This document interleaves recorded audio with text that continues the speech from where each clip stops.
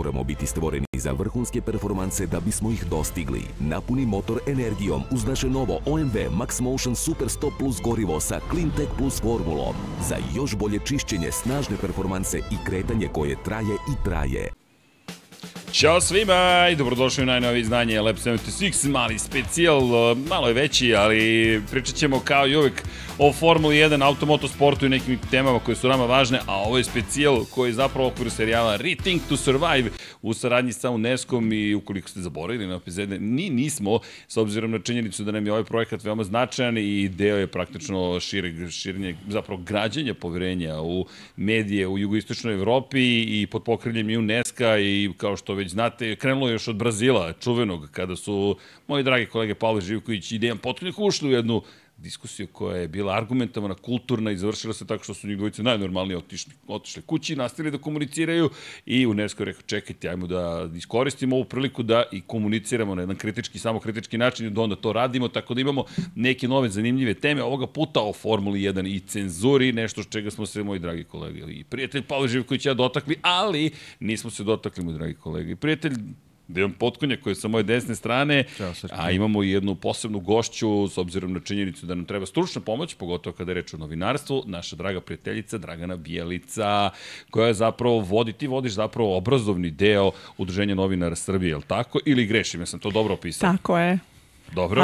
Ali vi kažete treba vam stručna pomoć. Tako ja mislim da i meni treba stručna pomoć od vas. U stvari mi smo svi novinari ovde i trudimo se da radimo u korist ugleda novinarske struke. Da, hvala. Da. Ima Paja često izjavu, kaže, nisam siguran da želim da se baš svi zovu novinari koji su novinare, ali jedna od stvari jeste i dotočit ćemo se to i tokom ovog razgovora i to pitanje cenzure, jer nam je to neka okosnica razgovora. Ima tu mnogo tema i etike i morala i komercijalizacije i gde su granice, gde se gube granice i uopšte šta je cenzura i zašto se toliko u njome bavimo i zašto nam je to toliko važna tema.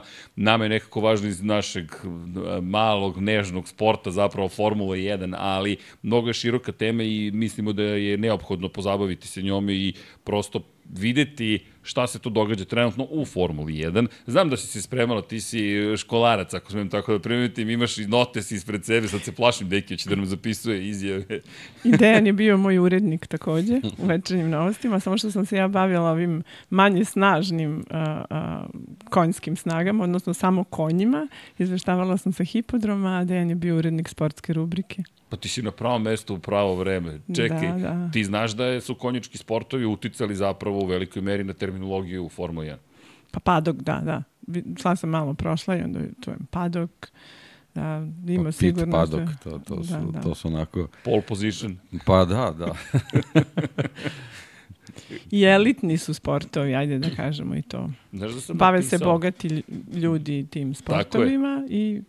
Znaš da sam napisao da je budućnost Formula 1, to sam pre 20 godina napisao da će postati zapravo konjički sportovi 21. veka, s obzirom na činjenicu da će u jednom momentu doći do toga da te automobile tretiraš kao rasne konje zapravo i da će to biti zabava za bogate. Ne znam da li idemo tamo. Pa vidim da je ovaj čelni čovek kod vas, odnosno čelni čovek FIE. Mohamed Ben Sulayem. Da, dolazi iz zemlje koja voli konje.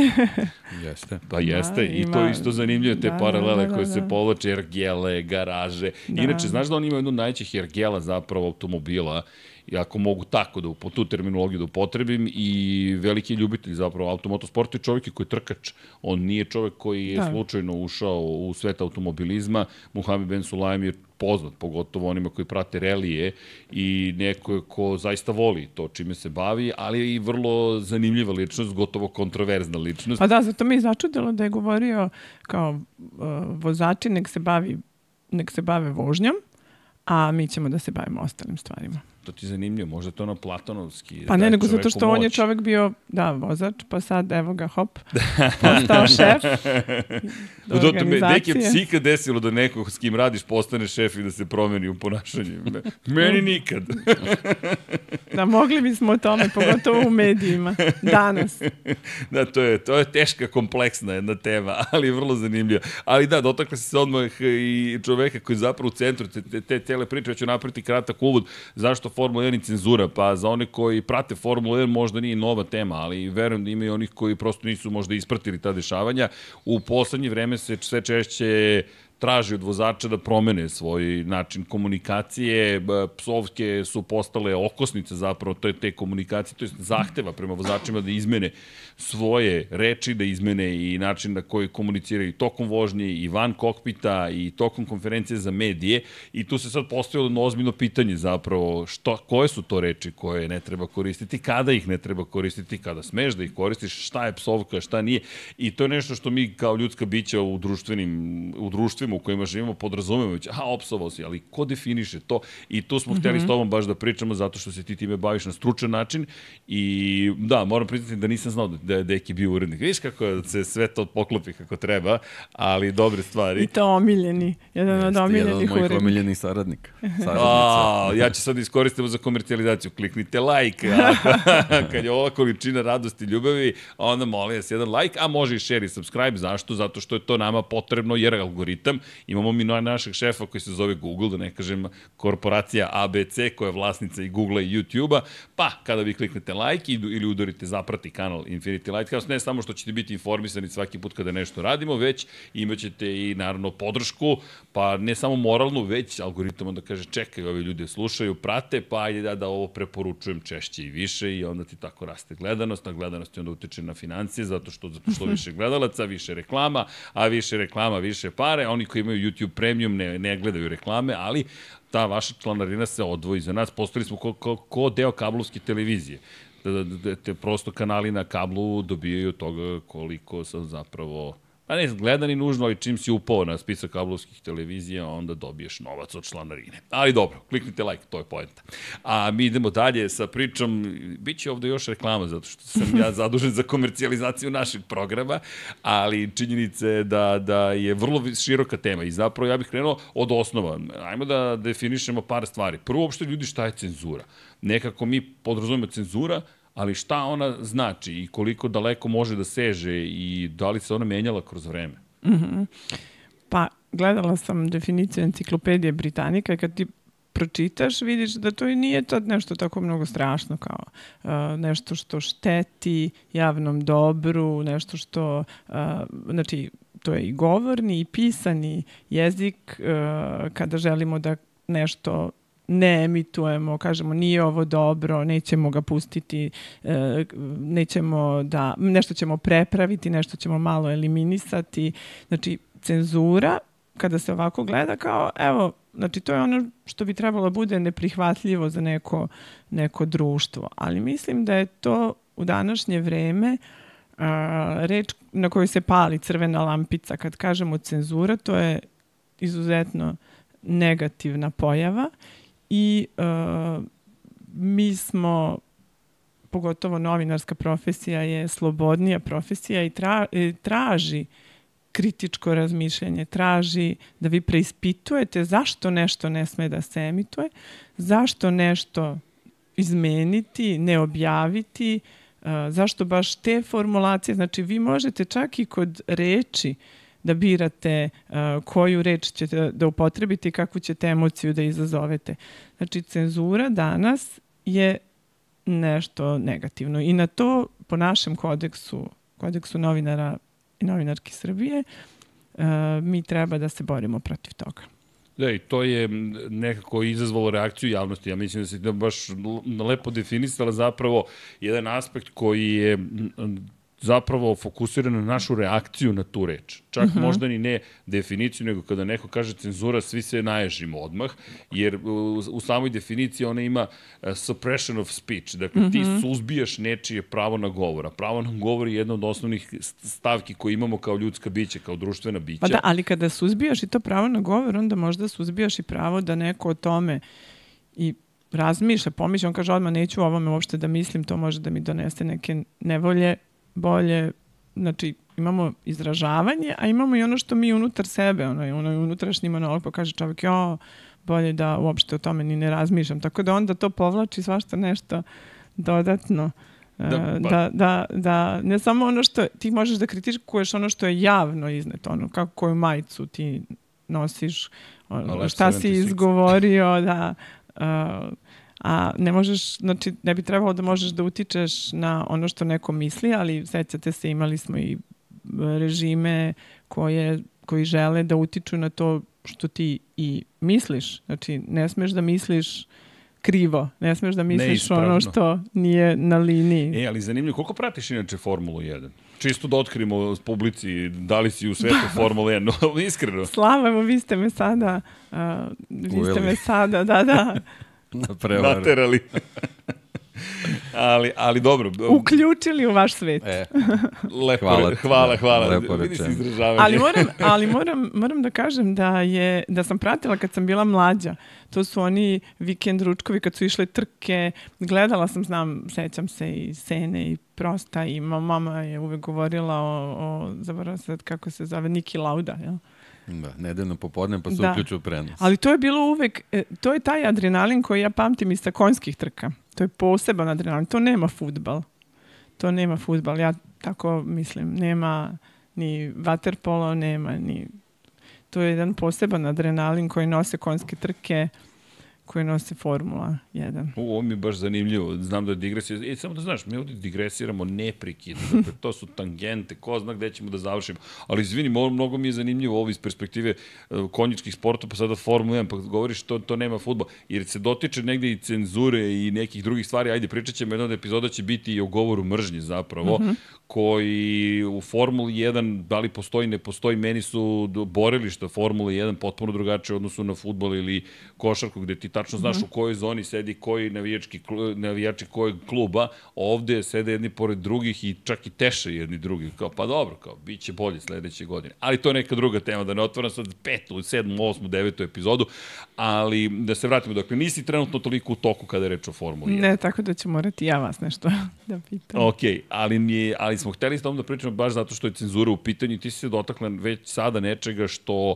je vrlo zanimljivo. Ne znam da li je termin autocenzura u redu ili nije, ali pričamo o cenzuri. Ja ću malo da proširim temu. Evo, mi smo za stolom, ti ja smo nešto ćaskali, Deki, mi, na primjer, sednemo i izražavamo se na određeni način i ja moram da se zahvalim publici u velikoj meri što nam često kaže da dozvoljava čak i deci da gledaju Infinity Lighthouse zato što zna da neće biti stvari koje prosto smatraju amoralnim ili neprihvatljivim.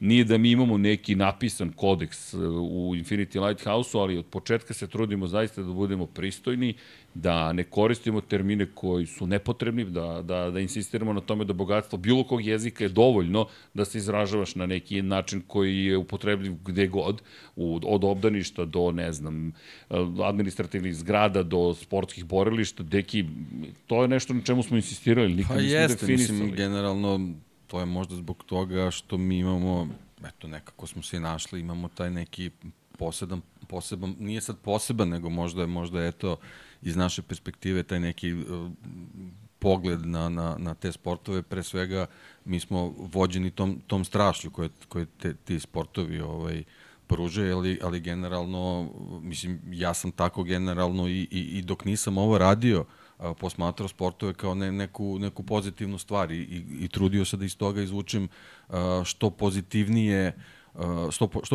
iskustva za mene, bez obzira koliko negativan ishod bio za timovi ili pojedinca koji simpatišem. Tako da stvarno sam se trudio da to prenesem i u ove podcaste i eto, ta reakcija publike je nešto što potvrđuje da smo možda na pravi način to i uradili. Sad, ali ono što pritom nismo planirali da to radimo, to je jednostavno nešto što izlazi iz nas na taj način i jednostavno da, to smo mi. To smo bukvalno mi, nije ništa drugo. Ali ti si mi postavila pitanje, Srđane, ali da li ste obavili autocenzuru? Nije, Deki, da smo mi seli i rekli nikad nemoj da izgovoriš to i to, ali da li smo mi negde podsvesno sami sebi rekli vidi ove stvari, jer da li je autocenzura i moment kada mi znamo da ne treba da psujemo? Pa to je važno, dakle, i postoji element pristojnost. Dakle, mi smo profesionalci i hoćemo da budemo, ne radimo sve ono što radimo, ne znam, kod kuće ili u kafiću, tako je. Znači, ipak imamo svest o javnom nastupu. Trenutak je da ste vi ovde, razgovarate za širu javnost. I ta svest se verovatno i gradila tokom godina našeg grada i ovo su neke stvari koje ti instinktivno i podsvesno i radiš. Znači, niko od nas sa namerom sadržaj tog podcasta ne kreira na taj način, niti s namerom smo možda u nekom trenutku želeli da to radimo drugačije, da bismo imali veću publiku ili da bismo imali više rilova ili već ne znam zašto se to radi. Kečap na glavu. Da. Ali činjenica, pazi, društvo jeste, mi smo se organizovali u društvo i odredili neka pravila igre. Tako kao što postoji pravila u sportu i kažemo ovo je nedozvoljeno, ovo je dozvoljeno. I sad mi želimo da živimo u društvu koje nosi određene vrednosti. Naše vrednosti su to da vi znate odlično sve o trkama, da znate dobro vozače, da znate da se ne služite jeftinim senzacionalizmom i nekim rečima koje trenutno privlače pažnju, ali to dugoročno ne donosi kvalitet i to je meni jako prihvatljivo. I zato se sad razna su previranja u društvima, i evo poput našeg, za koje se mi vrednosti zalažemo. Znači, tu ne možemo da govorimo ni o cenzuri, zato što živeti u društvu nosi određene obaveze, odgovornosti i mi kažemo nećemo sad svako da vozi stranom kojom god hoće. Nećemo da prelazimo. Da. Ali jeste, ali tu je znaš, ja sam svojevremeno pričala sa jednim uglednim sudijom i profesorom prava i on je rekao, pa vidiš, Dragana, u svaki zakon mora da ima minimum pravičnosti. Znači, sad možemo to da pričamo i kroz ovu statute i organizaciju FIA, ali znači, ne možeš ti da namećeš pravila samo zato što si ti na vrhu i kažeš, poziciji da to uradiš. Evo, od sad ćemo mi svi da radimo to i to. Oni moraju da imaju neko opravdanje, moraju da imaju minimum pravičnosti da bi jedan kolektiv, jedno društvo, jedna grupa prihvatili to i rekli, ovo je dobro za nas. Znači, ne može da se radi baš u grupi sve što hoćeš. Mislim, moglo je nekada, ali mi ne želimo to, jel? Trudili smo se da pravimo neko društvo koje se okuplja oko određenih vrednosti, gde svako ima garantovano pravo da misli, da iskaže šta misli, da se ponaša onako kako mu se čini da treba. Pa ima neki kodeks ponašanja, ali vidi, dotakle se par stvari. Dakle, jedna od stvari jeste, na primjer, iznošenje, to je pravo na mišljenje i sloboda govora. I tu su sada te škakljive linije i granice gde se gube. Jer, na primjer, s jedne strane imamo Međunarodnu automobilsku federaciju. Samo da spomenemo, dakle smo i došli do ovde.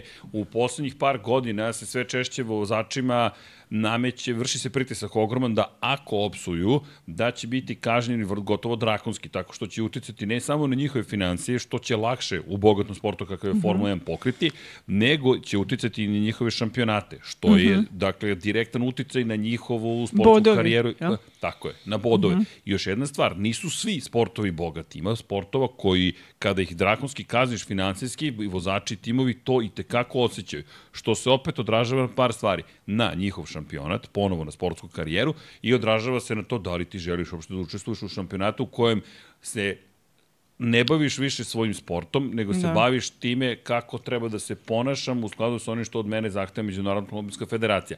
I dodaću još jedan aspekt koji u sportu postoji, ne samo u automotosportu. Automotosport je ekstreman zato što je potencijalno smrtonosan. Dakle, ti kada izađeš na borilište naše, to zašto su staze toliko važne za razumevanje, uvek ti je život u opasnosti. Kada izađeš na košarkaški teren, fudbalski teren, odbojkaški, teniski, nije ti fabričko podešavanje potpiši ugovor, mi potpisujemo kad govorimo na stazu da se odrečemo od odgovornosti ukoliko poginemo ili budemo trajno povređeni, jer to postoji to kao velika mogućnost. Sastavni deo dobija akreditacije za automotosport. Vidiš, ja to nisam znala, to je baš važna informacija. Da. Tebi piše da preuzimaš akreditaciju uz punu svest, da ćeš biti u okruženju koje je veoma opasno po tvoj život, po tvoje zdravlje i da organizatori ne snose odgovornost, ti si se odrekao odgovornosti i da ćeš se rukovoditi pravilima koje je nametnu organizator tog takmičenja. Jednostavno, to što si malo pre rekla. Znači, ako ulaziš u neku sredinu, ti moraš da prihvatiš pravila koje je ta sredina donela. Znači, nisu nužno ta pravila donesena da bi neko sprovodio neku diktaturu. Znači, u ovom slučaju ta pravila su sprovedena da bi se obezbedila bezbednost svih učesnika. I ti potpisuješ da si saglasan sa odlukom da ćeš poštovati ta pravila dok se nalaziš u tom okruženju. I to je jednostavno nešto s čim se mi susrećemo od kad smo prvi put se našli na automoto borilištu, bez obzira ko je bio predsednik federacije, ili to su jednostavno neke stvari koje su davno ustrojene. I mi to prihvatamo svesni rizika u koji se upuštamo, jer kad god odeš na stazu, stojiš možda pored neke garaže, veruj mi, delić sekunde je dovoljan da se nešto desi. Pa ne, imali smo primjer, već ne sam zaboravio, to prošle godine bilo Perez u Monaku. Jeste, Perez. Udes, prva krivina start trke, dolazi do karambola, delovi lete na sve strane, znači kolege, fotoreporteri su bili na metar od automobila gde lete komadi karbona koji su poput žileta. Poput žileta su. Desile su se neke sitne povrede, ali jednostavno organizacija se ogradila od toga iz prostog razloga što si ti trenutkom kad si preuzeo akreditaciju, postao si svestan rizika koje donosi. Niko ne može protiv fizike. Kolike god da su mere bezbednosti, uvek može, nažalost, nešto se desi. To su pravila koje se ne dovode u pitanje. Tako je. Tako je, nego samo smo pošli od toga da postoje razna vrsta pravila koja, kažem, vraćam se na početak što si rekla, jednostavno kad ulaziš u neku organizaciju, moraš da prihvataš ta pravila. Jasno. Ali van sad sporta, u realnom životu, kad si na sudu, ne može neko da te kazni tako, gledam sad medije, da te onemogući da se ti više baviš medijskim poslom, zato što ovo je teren slobode izražavanja. Znači, ni sudske presude ne mogu da budu previsoke da bi ti ugasili biznis. Znači, ovo je sada ili... Pa to je... Znaš, ovde je sad pitanje da li neko može kaznama da nekog izbaci iz trke, da, u smislu da on prestane da se bavi, kaže ne isplati mi se više da me kažnjava. To postoji kao opasnost. Mi smo imali situaciju u reliju gde su vozači bili toliko ozbiljno kažnjeni i zašto sam uveo faktor i sportskih performansi i opasnosti po život. Dakle, mi, ajmo da samo postavimo i sport gde se nalazi u društvu generalno. Mi više ne živimo u vremenu kada je sport amatersko bavljanje, rekreativno, jer ako pogledamo fudbalere 60-ih, 70-ih, ti ljudi su imali posao i onda posle posla odu i treniraju. Ili kad nađu slobodno vreme treniraju. Deki, isprime ukoliko grešim, mnogo više znaš od mene, ali poenta je u sledećem. To je bio amaterski sport. Vremenom je on postajao profesionalniji. Prelomna tačka, moje mišljenje, su 1992. olimpijske igre u Barceloni, kada smo rekli profesionalcima dođite na jedno de facto do tog momenta amatersko takmičenje i pokažite šta sportista može da postigne. Od tog trenutka mi idemo u potpunu komercijalizaciju sporta i zašto to napominjem? Zato što i pritisak raste. Ti sada se više ne baviš time samo za slavu, mnogima je slava i dan danas važnija od novca eventualno, ali u tom momentu šta ti dobiješ kao nešto što je povraćaj tebi. Dobiješ zadovoljstvo toga da si predstavljao naciju, klub, na drugačiji malo način su stvari funkcionisale, a imaš neki redovan posao. I performanse su bile u skladu sa time. Sada su performanse otišle na mnogo visok nivo, ti ceo dan provodiš u cilju postizanja najviših mogućih performansi. Ali, tvoj ceo život, to je sad posebna tema, je posvećen, dakle, sportu, šta je karijera posle sporta i dolaziš do toga da si ti izložen ogromnom pritisku na borilištu. Jer ako ne uspeš, da li tvoja budućnost odjednom trpi posledice? Zašto to navodim? Zato što često psovke znaju da se pojave u momentu kada si ti pod ogromnim pritiskom. A pride u Formuli 1, ti si u potencijalno životnoj opasnosti neprekidno. Kako ćeš onda da tražiš od nekoga nemoj da psuješ? Zahtev je prešao, to nemoj na konferenciji da opsuješ, nemoj da se izražaš na određeni način. Ok, ajde da diskutujemo o tome, ali mi smo došli u situaciju da s jedne strane imamo i Formula 1 kao kompaniju komercijalnu, to si mi ti pitala, je li to entertainment? Evo, kako ti vidiš, Stani, pre nego što nastavim, je li te Formula 1 sport ili ti zabava kad je sad pogledaš? Pa to je sada neodvojivo. To ja mislim da s jedne strane imaš ljude koji su naravno zaluđeni, to je za njih sport, ali za one koji vode biznis, to je biznis. Pa i da, to i znaš nema kako nekako se poklopilo da kad je Formula 1 postala proizvod umesto takmičenja, inicijalno je krenulo kao takmičenje, ali u jednom trenutku je došla ekipa koja je od Formula 1 napravila proizvod. Od trenutka kad je krenulo da dominira taj termin proizvoda u Formuli 1, počelo je sa sve više i više tih cenzura. Ali koliko ja vidim, Mohamed Ben Sulayem, on je tehnokrata. On kaže ja ću FIU da vratim u pristojno stanje, to će finansijski dobro da funkcioniše, uvešćemo pravila, upristojit ćemo igrače. Ali znaš o čemu se radi? Međunarodna automobilska federacija i Formula 1 su dva entiteta. Jasno. Formula 1 pripada međunarodno, ali ima vlasnike koji organizuju Formulu 1 kao proizvod. Samo da objasnimo. Formula 1 je naziv, zaštićen, robna marka, ima svoj žig i sve ostalo što dolazi uz jednu robnu marku i naziv, ali je iznajmljena na 100 godina kompaniji koja se zove Liberty Media, zapravo, koja u svom konglomeratu ima kompaniju koja se zove Formula 1. I sad ti imaš kompaniju Formula 1, koja se zapravo, čim akcijama se trguje na njujorškoj berzi, imaš naziv Formula 1 koji pripada FII, ali je iznajmljen na 100 godina Formula 1, i sad imaš zapravo... Ali ja sam videla sam da Liberty Media i FIA pregovaraju, ne znam, sa Concordom, tamo, to su sad prave neke... sporazum, tako da, je. veliki neki novac bi trebalo da uđe u organizaciju, tako da to je verovatno neka win-win situacija, jel? Pa sad, uvek je. Ali ne, znači, pričali smo o tome Jadni oni, ali uvek je pričali smo o tome situacija. da je navodno zatečeno stanje 24 miliona evra gubitak pre 2021. Da, i onda da je sada, to sam gledala, to je on je u plusu za Međunarodnu automobilsku federaciju. Tako je, to je vezano za tu asocijaciju. Ali videla sam da i on kaže moje je da organizujem, da se staram da organizuju, da trke budu odlično organizovane i vozači neka rade ono što treba, oni su tu da voze, ne da mnogo pitaju, ne da komentarišu. Vidiš, tu ja imam ozbiljan problem. Tu ja bih imala ozbiljan problem i da sam vozač i da sam novinar. Jer ti dolodiš do toga da zapravo, dakle smo krenuli, počeli smo od postavke kako funkcioniše društvo, kultura, koje su neke, u krajnjem slučaju, konvencije. Jer vidi, spomenula si vožnju levom stranom i desnom stranom. Ti kad sletiš u države Commonwealtha, pa ili Japan, na primjer, ti voziš zapravo levom stranom, ne voziš desnom stranom. Zašto? Zato što konvencija civilizacijska koja važi u toj državi, pod okriljem zakona, kaže ovde vozimo tom i tom stranom. Dakle, nije to priroda rekla, vi ćete da se krećete tom. Ne, nego da bismo se lakše, bezbednije kretali, mi smo se tako dogovorili. Mislim samo ovde da te prekinem. Molim te. Možda je to i važno. Danas u Beogradu imamo vozače iz Šri Lanke i meni je jako ružno kada mediji krenu da napadaju vozače govoreći da su oni pod narkoticima, ne znam.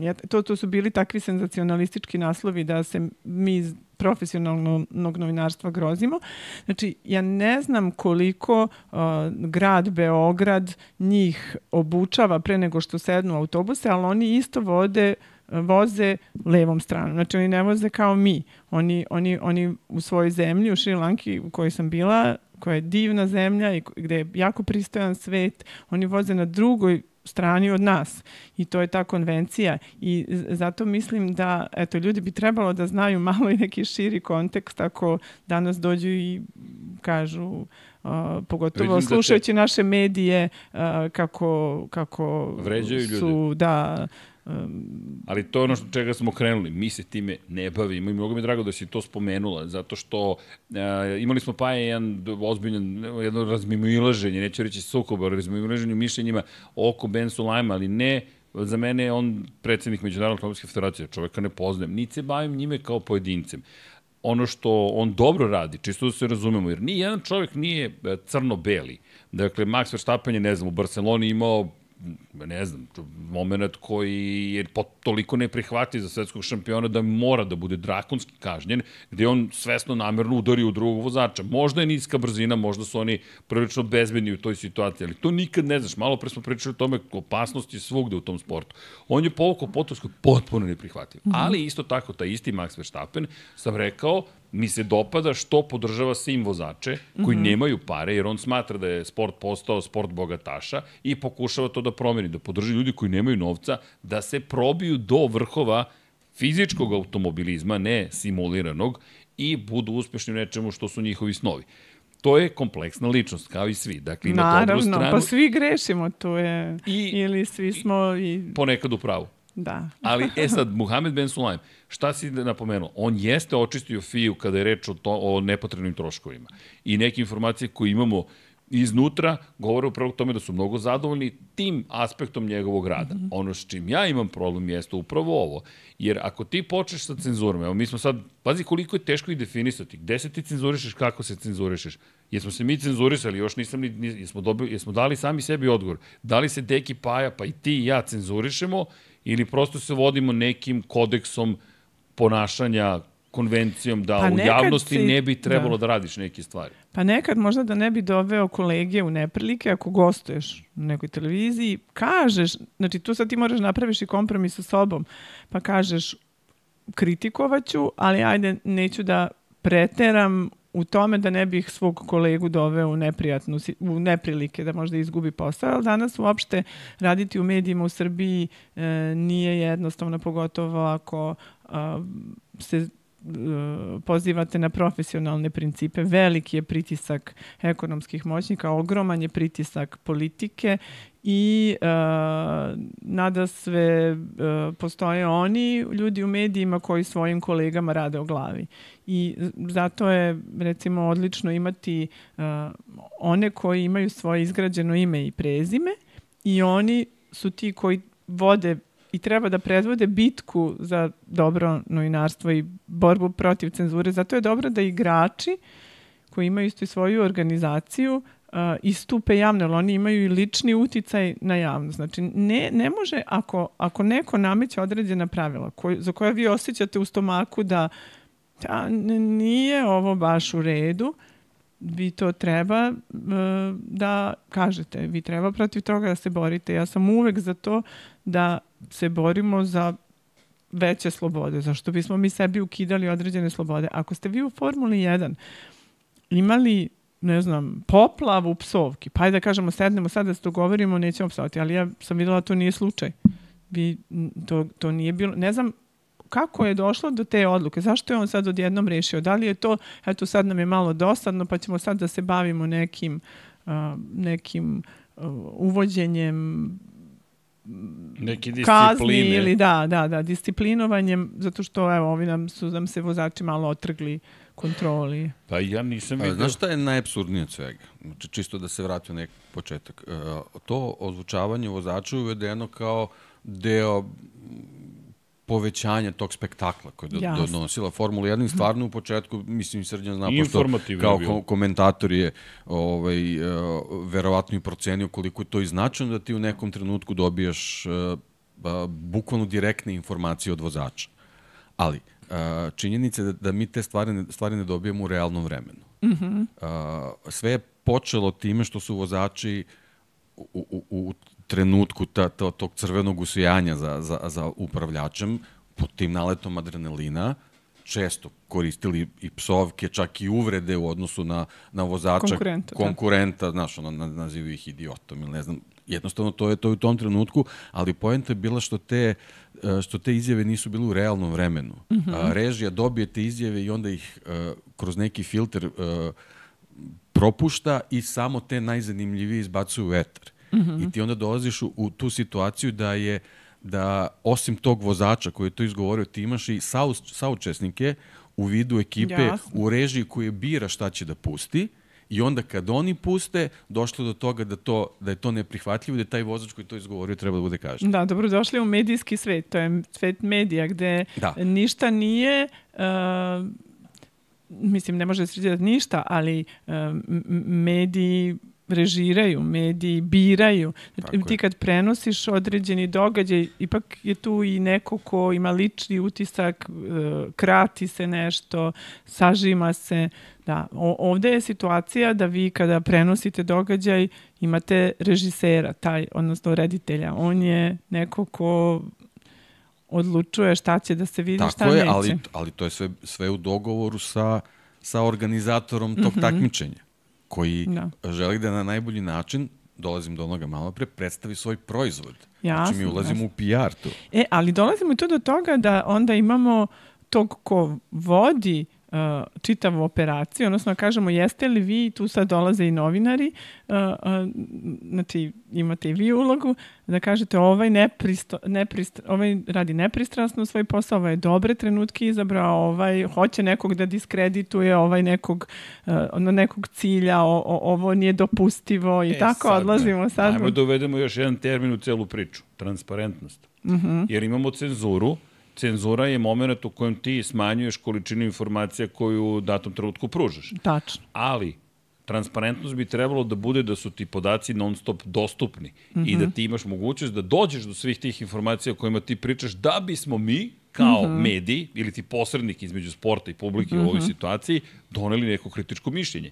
Šta mi često radimo, i Deki pa i ja, insistiramo na tome da informišemo ljude kada nešto ne znamo. Često se napominje da, makar je društvo u kojem sam ja odrastao, dakle, rođen sam u Beogradu 1976 i uz odrastanje koje sam imao kroz sve države koje su menjale i imena i transformisale se, je potreba da se glumi znanje bila vrlo izražena. Ljudi se stide neznanja. Moje mišljenje, to je Bernstein rekao, nije problem neznanje. Iluzija znanja je problem. Ili bolje da kažeš ne znam, to mogu da promenim, mogu da saznam, da izvršim čin spoznavanja, pročitam knjigu, informišem se, raspitam se i mogu da glumim znanje. To je mnogo opasno, da ne bih ispao glup u društvu. I sad dolazimo u situaciju gde Deki pa ja kažemo ne znamo.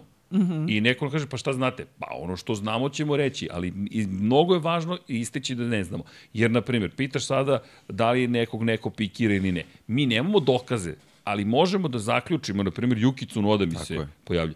Evo, Deki odmah reagovao. Yukija Tsunodu, naježim se, su predstavili kao najvećeg prostaka na planeti Zemlji.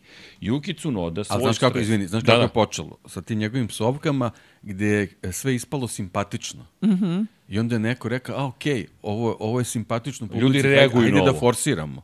I oni su forsirali momka, bukvalno su samo njegove izjave izvlačene iz konteksta, samo da bi se tu pojavila neka psovka. Jeste. I sad dolaziš do toga da Yuki, mi ga zovemo od milošte Kuki, zato što je mnogima simpatičan. Čak i to nije možda simpatično, ali možda nije fair prema čoveku, čovek je vozač Formule 1. Često pa Yuki, da li je dovoljno dobar? Ne postoji loš vozač Formule 1. To je ljudima neko objasni. Kao zaostaje celu sekundu i sporiji. Evo, sinoć smo imali primjer u kvalifikacijama. Poslednji vozač u Q3 je čak bilo i zaostajao manje od sekunde za prvi. Manje od sekunde. Na stazi od 4,5 km skoro. I on je loš vozač. Po nekom. Ne postoji loš vozač. Ali, sad ti uzmeš i predstaviš. Inače, ja pozivam sve youtubere. Nemojte da gledate samo statistiku. Mi ne analiziramo podcast. Mi ne gledamo kad je publika najviše reagovala na nešto u podcastu, jer to nije cilj. Mi imamo pre svega želimo da se ispričamo o onome što su naše teme. Naprijed, Deki, ja se razlikujemo po energiji i senzibilitetima, ali imamo zajedničke stvari, to je ljubav prema ovome. I onda Deki kad mi kaže, Srki, mene ovo opušta, ili sam zadovoljan još uvek što sedim u ovoj stolici, i ja sam srećan čovek, zato što znam da smo i dalje na istom misiji, a to je da pričamo o ovome što volimo. Sad, dolazimo do toga, onaj ko gleda podatke kaže, vidi, publika je skočila u reakciji, jer šta se događa u medijima trenutno? Prati se hashtagovi, prati se sve. Izbacili smo Yukijevu psovku i to je odmah postalo viralno. Izbaci još jednu psovku, izbaci još jednu psovku, izbaci još jednu psovku. I dolaziš do toga da Yuki odjednom postaje prostak, jer sada dolazi i negativne reakcije drugog dela publike kaže, ljudi, ovaj čovjek ne sme da bude u Formuli 1. Izbacite ga iz Formuli 1, da, bukvalno. I ti sad ugrožavaš nečiju karijeru, a biti među tih 20 vozača i treba ti podjednako sreće koliko je veštine, znanja i sponzora. Bukvalno, jer to je astronomski mala šansa da postaneš vozač Formule 1. To ljudi zaboravljaju. To je samo 20 mesta na 7 milijardi ljudi, ili koliko nas već ima na planeti. Sad, do čega dolazimo? I dolazimo do to je pitanje transparentnosti. Da li ja znam kako je režija Formule 1 odlučila to? Znaš kako možeš, znaš, jedino ako vozači, ja pretpostavljam da oni naknadno pogledaju trku, oni onda sad u razgovoru s njima ili iz njihovog objašnjenja kasnije, možeš to da znaš, pretpostavljam, znači oni imaju pravo da nešto kažu, vidite, ovo nije baš bilo ovako ili... Ali vidi gde sad mi dolazimo. Vozač Formule 1 koji treba bude fokusiran na tu jednu sekundu koju treba da nađe, po završetku trke ima milion obaveza. Jedno je da priča sa medijima, drugo je da da povratne informacije inženjerima, treće je da se pojavi na nekom sponzorskom ručku večer ili šta li već, onda mora da ode da vozi bicikl 50 km, onda mora da ode da vežba vrat da bi izdržao sve sile zemljine teže kojima je izložen u vožnji, da spava, da jede programirano i onda paralelno dodi da posluša celu trku da bi znao šta su mu zapravo oni umetnili u kom trenutku. Šta da radimo? Ali to ti je deo javnog života, odnosno ti si sad u javnom poslu i ipak ako želiš da štitiš svoj lik i delo, ipak bi morao i u tom segmentu da vodiš računa. i mislim da to uopšte nije loše. Recimo da iz njihove perspektive mi saznamo, kažu ovo ništa nije valjalo, ovo što su preneli nije, ovo je kod mene u tom trenutku, ja sam tada imao taj osjećaj. Ali tu dolazimo do toga, do tih kodeksa koje FIA nametnula. Ali pazi, mi kad radimo... Aha. Tome se radi. Ali zato, onda oni bi trebali da daju neki hint, odnosno novinarima, kažu, vidi, pročačka je ovo, nisam ti ja rekao, pa to se tako... To se tako radi, ne, dobro iza kulisa reći. Da. Jer ali opet, evo, mi, na primjer, ne možemo da kažemo, šta je nama zanimljivo? Max Verstappen je meni jedan od ključnih igrača u cijeloj priči, iz više razloga. Prvo, on je šampion, aktuelno, on je branilac titula, to aktuelno malo nije najbolja terminologija, ali okej, četvorostruki šampion sveta svakako.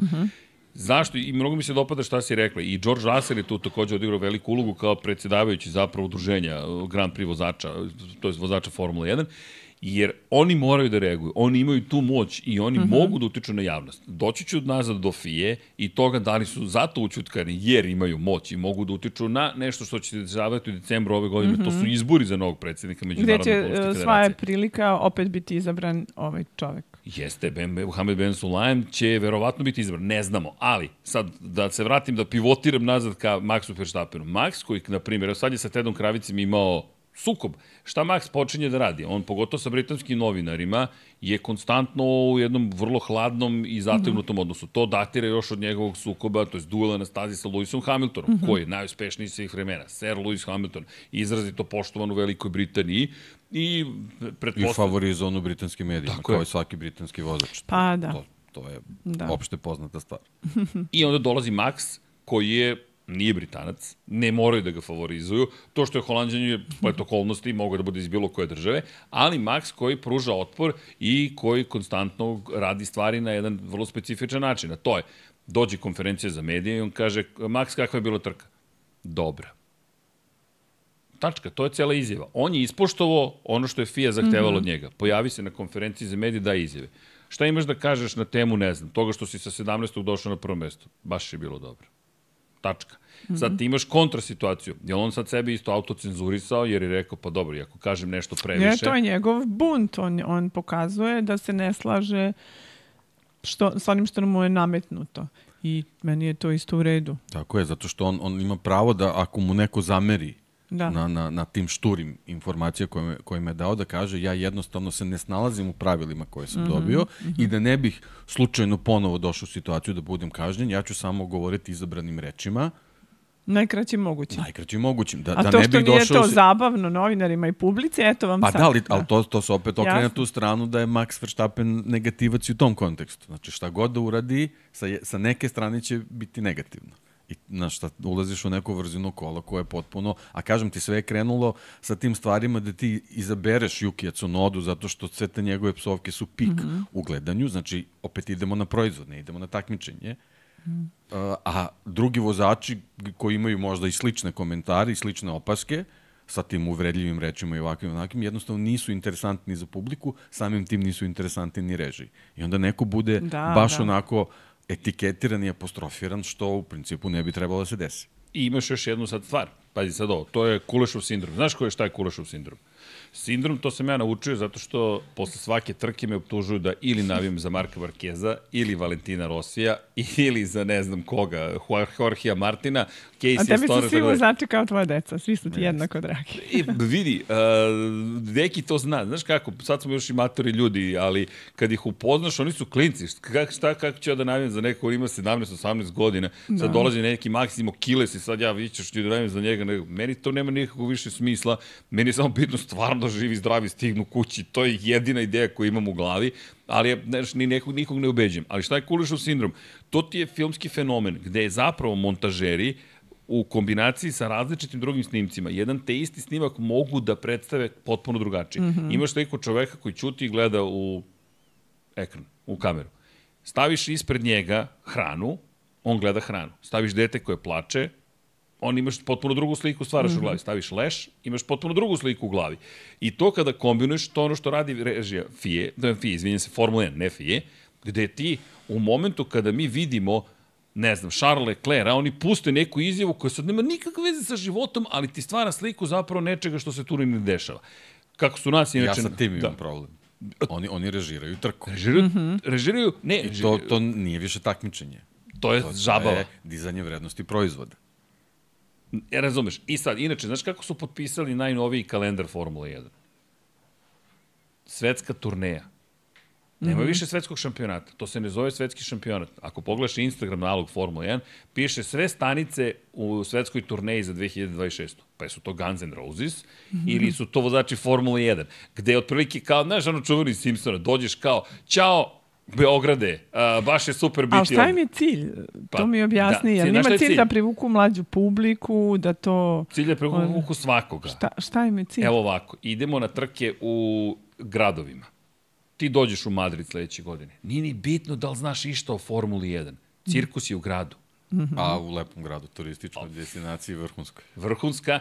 I jel ti znaš ko vodi u šampionatu sveta? Ne moraš ni da znaš. Jel znaš ko su ovi? Neki narandžasti. Možda možeš da im daš neko ime. Kako? Onda ubaciš Netflix i koji tek režira sve, pa Max nije hteo jedne cele sezone da se snima za Netflix, jer su njega, Landa Norrisa su predstavljali kao zlikovca. Otprilike, Lando Norris se raduje neuspesima svog kolege i baš želi da ne uspe, a oni uzmu izjavu iz Rusije, na primjer, dobro, tad nije bilo u Rusiji, tad već nije bilo u kalendaru Rusije, ali sećam se Valterija Bottasa, na primjer, u Rusiji pobedio čovjek, niko neće da mu se javi iz Mercedesa, jer nije pobedio Hamilton, i to ti nešto otkriva, ali onda dobiješ situaciju, kadar iz Montreala se kombinuje sa kadrom iz Monce, a izjava je iz Belgije, i ti kao, wow, ovaj Lando je baš loš tip. E sad, a jel piše tamo negde ono arhivski snimak? Ne. Pazi, to nam je ono po kodeksu kao ako možda nešto recimo pušta. Na kraju na špici baš ću možda pogledati. Na kraju, možda na kraju. Ne piše. Pa to ali je u uvek, sceni ne piše. A to je sad za informativu, znaš, uvijek važno da znaš da smestiš u kontekst. Da. Ovo je dobro. Trebalo bi da stave arhivski snimak na svaku izjavu koju puste. Ili na kraju da stoji da su arhivski snimci montirani u svrhu zabave. Tako je. To bi moralo da stoji. Da. To bi moralo da stoji. I onda me to dovodi do toga. Nateraćeš me da pogledam barem špicu, inače ja nisam ogledao ni jednu epizodu, niti jednu sekundu. Pa u informativi sad imate ono kad kažu uznemirujući snimci ili korišćen arhivski ili ovo je fotografija nastala tad i tad. S tim što se sad to uznemirujući snimci koriste kao dobar clickbait. Da, to staviš, znaš da će mnogo ljudi baš da klikne, to je, onda ništa ne da piše. Potrebe za morbidnošću. To ti povećava click rate. Zapravo, mi smo u eri podataka i mi sad vidimo kako ljudi reaguju. Inače, mi se i dalje trudimo da imamo neke naše naslove. Deki podržava ta moja ludila sa dugačkim naslovima, ali je u fazonu, to je Lab 76 i to je to. Možemo, kao iskusni novinari, i imamo čoveka koji je urednik bio dugi niz godina, da napravimo naslov na koji će svi da kliknu. Da. Ali mi ne želimo da to što tu piše ne oslikava ono što ćeš naći unutra. Što je isto po kodeksu, znači ti ne možeš da imaš u naslovu, a ne imaš u sadržaju. Tu da se vratimo na našu priču. Yuki u jednom trenutku bio naslov, koji nije imao nikakve veze sa sadržajem. Da. To je u stvari bila poenta priče, forsiranje tih njegovih psovki. I sad dolazimo do Muhameda Ben Sulajma koji reaguje na to, ali zapravo gde postoji problem? Što on reaguje tako široko, jer ja imam problem sa time, jer to je meni na nivou diktature. Zašto? Dakle, ne znam, Dibo je nešto uradio loše, ali ćemo mi da kaznimo sve koji su u studiju, jer je tako lakše. Ti primjeniš autoritativno ovako, svima je sve sad zabranjeno. Čekaj, stani. Što ne zabraniš svojim partnerima komercijalnim, medijskim, da uopšte emituju psovke? Tako je. Što si ti napao vozače? I da se vratim na početak priče, to je Deki lepo rekao, oni će se dogovoriti na kraju. FIA i Formula 1 će naći svoj zajednički komercijalni jezik. Zašto udaraš po vozačima? A čekaj, da li ispada sad da su vozači najslabija karika? On će da kaže, on je rekao da su oni najbogatiji, to vozači zarađuju mnogo, FIA malo. Da li sad, čekaj, to je znači neka nesrazmera. Ne, ali okej, ako zarađuju mnogo, što je to problem? Kako to veze ima sa slobodom govora? Ako imam pare, ne smem da pričam. Ili ako nemam pare, ne smem da pričam. Nikako to ne sme da bude. Ne sme da bude merilo. Da. Ne sad izvini, ali uvod u priču je kompleksan zapravo. I onda smo došli do toga da se vozačima izda direktiva manje da psujete. čekaj, šta sad, kako ja sad manje da em mi je glava u torbi, em imam pritisak sponzora svih mogućih, pazi, novac je ogroman u priči, a ti mene sad dođeš, sad razmišljaj o tome šta ćeš da kažeš u mikrofon. I tu je veliki problem meni sa cenzurom. A mediji, kada prenose realnost, onda ti hoćeš da imaš, odnosno izveštaj iz stvarnosti, hoćeš da imaš živog čoveka koji ima i izgovori i psovku i kaže nešto duhovito i znači to je onda ono što se dešava u tom vidi, ima i toj toga, kabini. Ima i toga. Da. Znači u nekim prošlim vremenima, čak nije bilo ni davno, možda pre neki 20-25 godina, ti imaš, sad se pojavljaju po Instagramu, ljudi izvlače sve više tih snimaka, pa da, imaš konferencije za štampu posle trke, gde su veliki vozači, kao i danas, naravno, generalno najveći su uvek tu na podijumu, znaš kako to ide retko kad se pojavljuje neko drugi, uglavnom je to neka ista ekipa i ti vidiš čak na tim konferencijama za štampu dolazi između svađa zbog određenih situacija na stazi, ali psovki nema. Kako se vraćaš u prošlost, ti vidiš neki drugi profili tih vozača, znači ima i toga, ali je sad nekako došlo do toga prvo što naravno Formula 1 je kao svi ti veliki sportovi, to je ozbiljna dinamika, veliki tempo. Evo sad gledamo, mi ćemo imati kalendar 24 trke, to su 24 vikenda trka, nekad je bilo 15, 16, 10, mnogo manji pritisak bio i sad imaš sve mlađe i mlađe momke koji čak nemaju ni vremena zbog te svoje karijere da ih neko čak i instruira ili da možda pokupe neke lepe manire.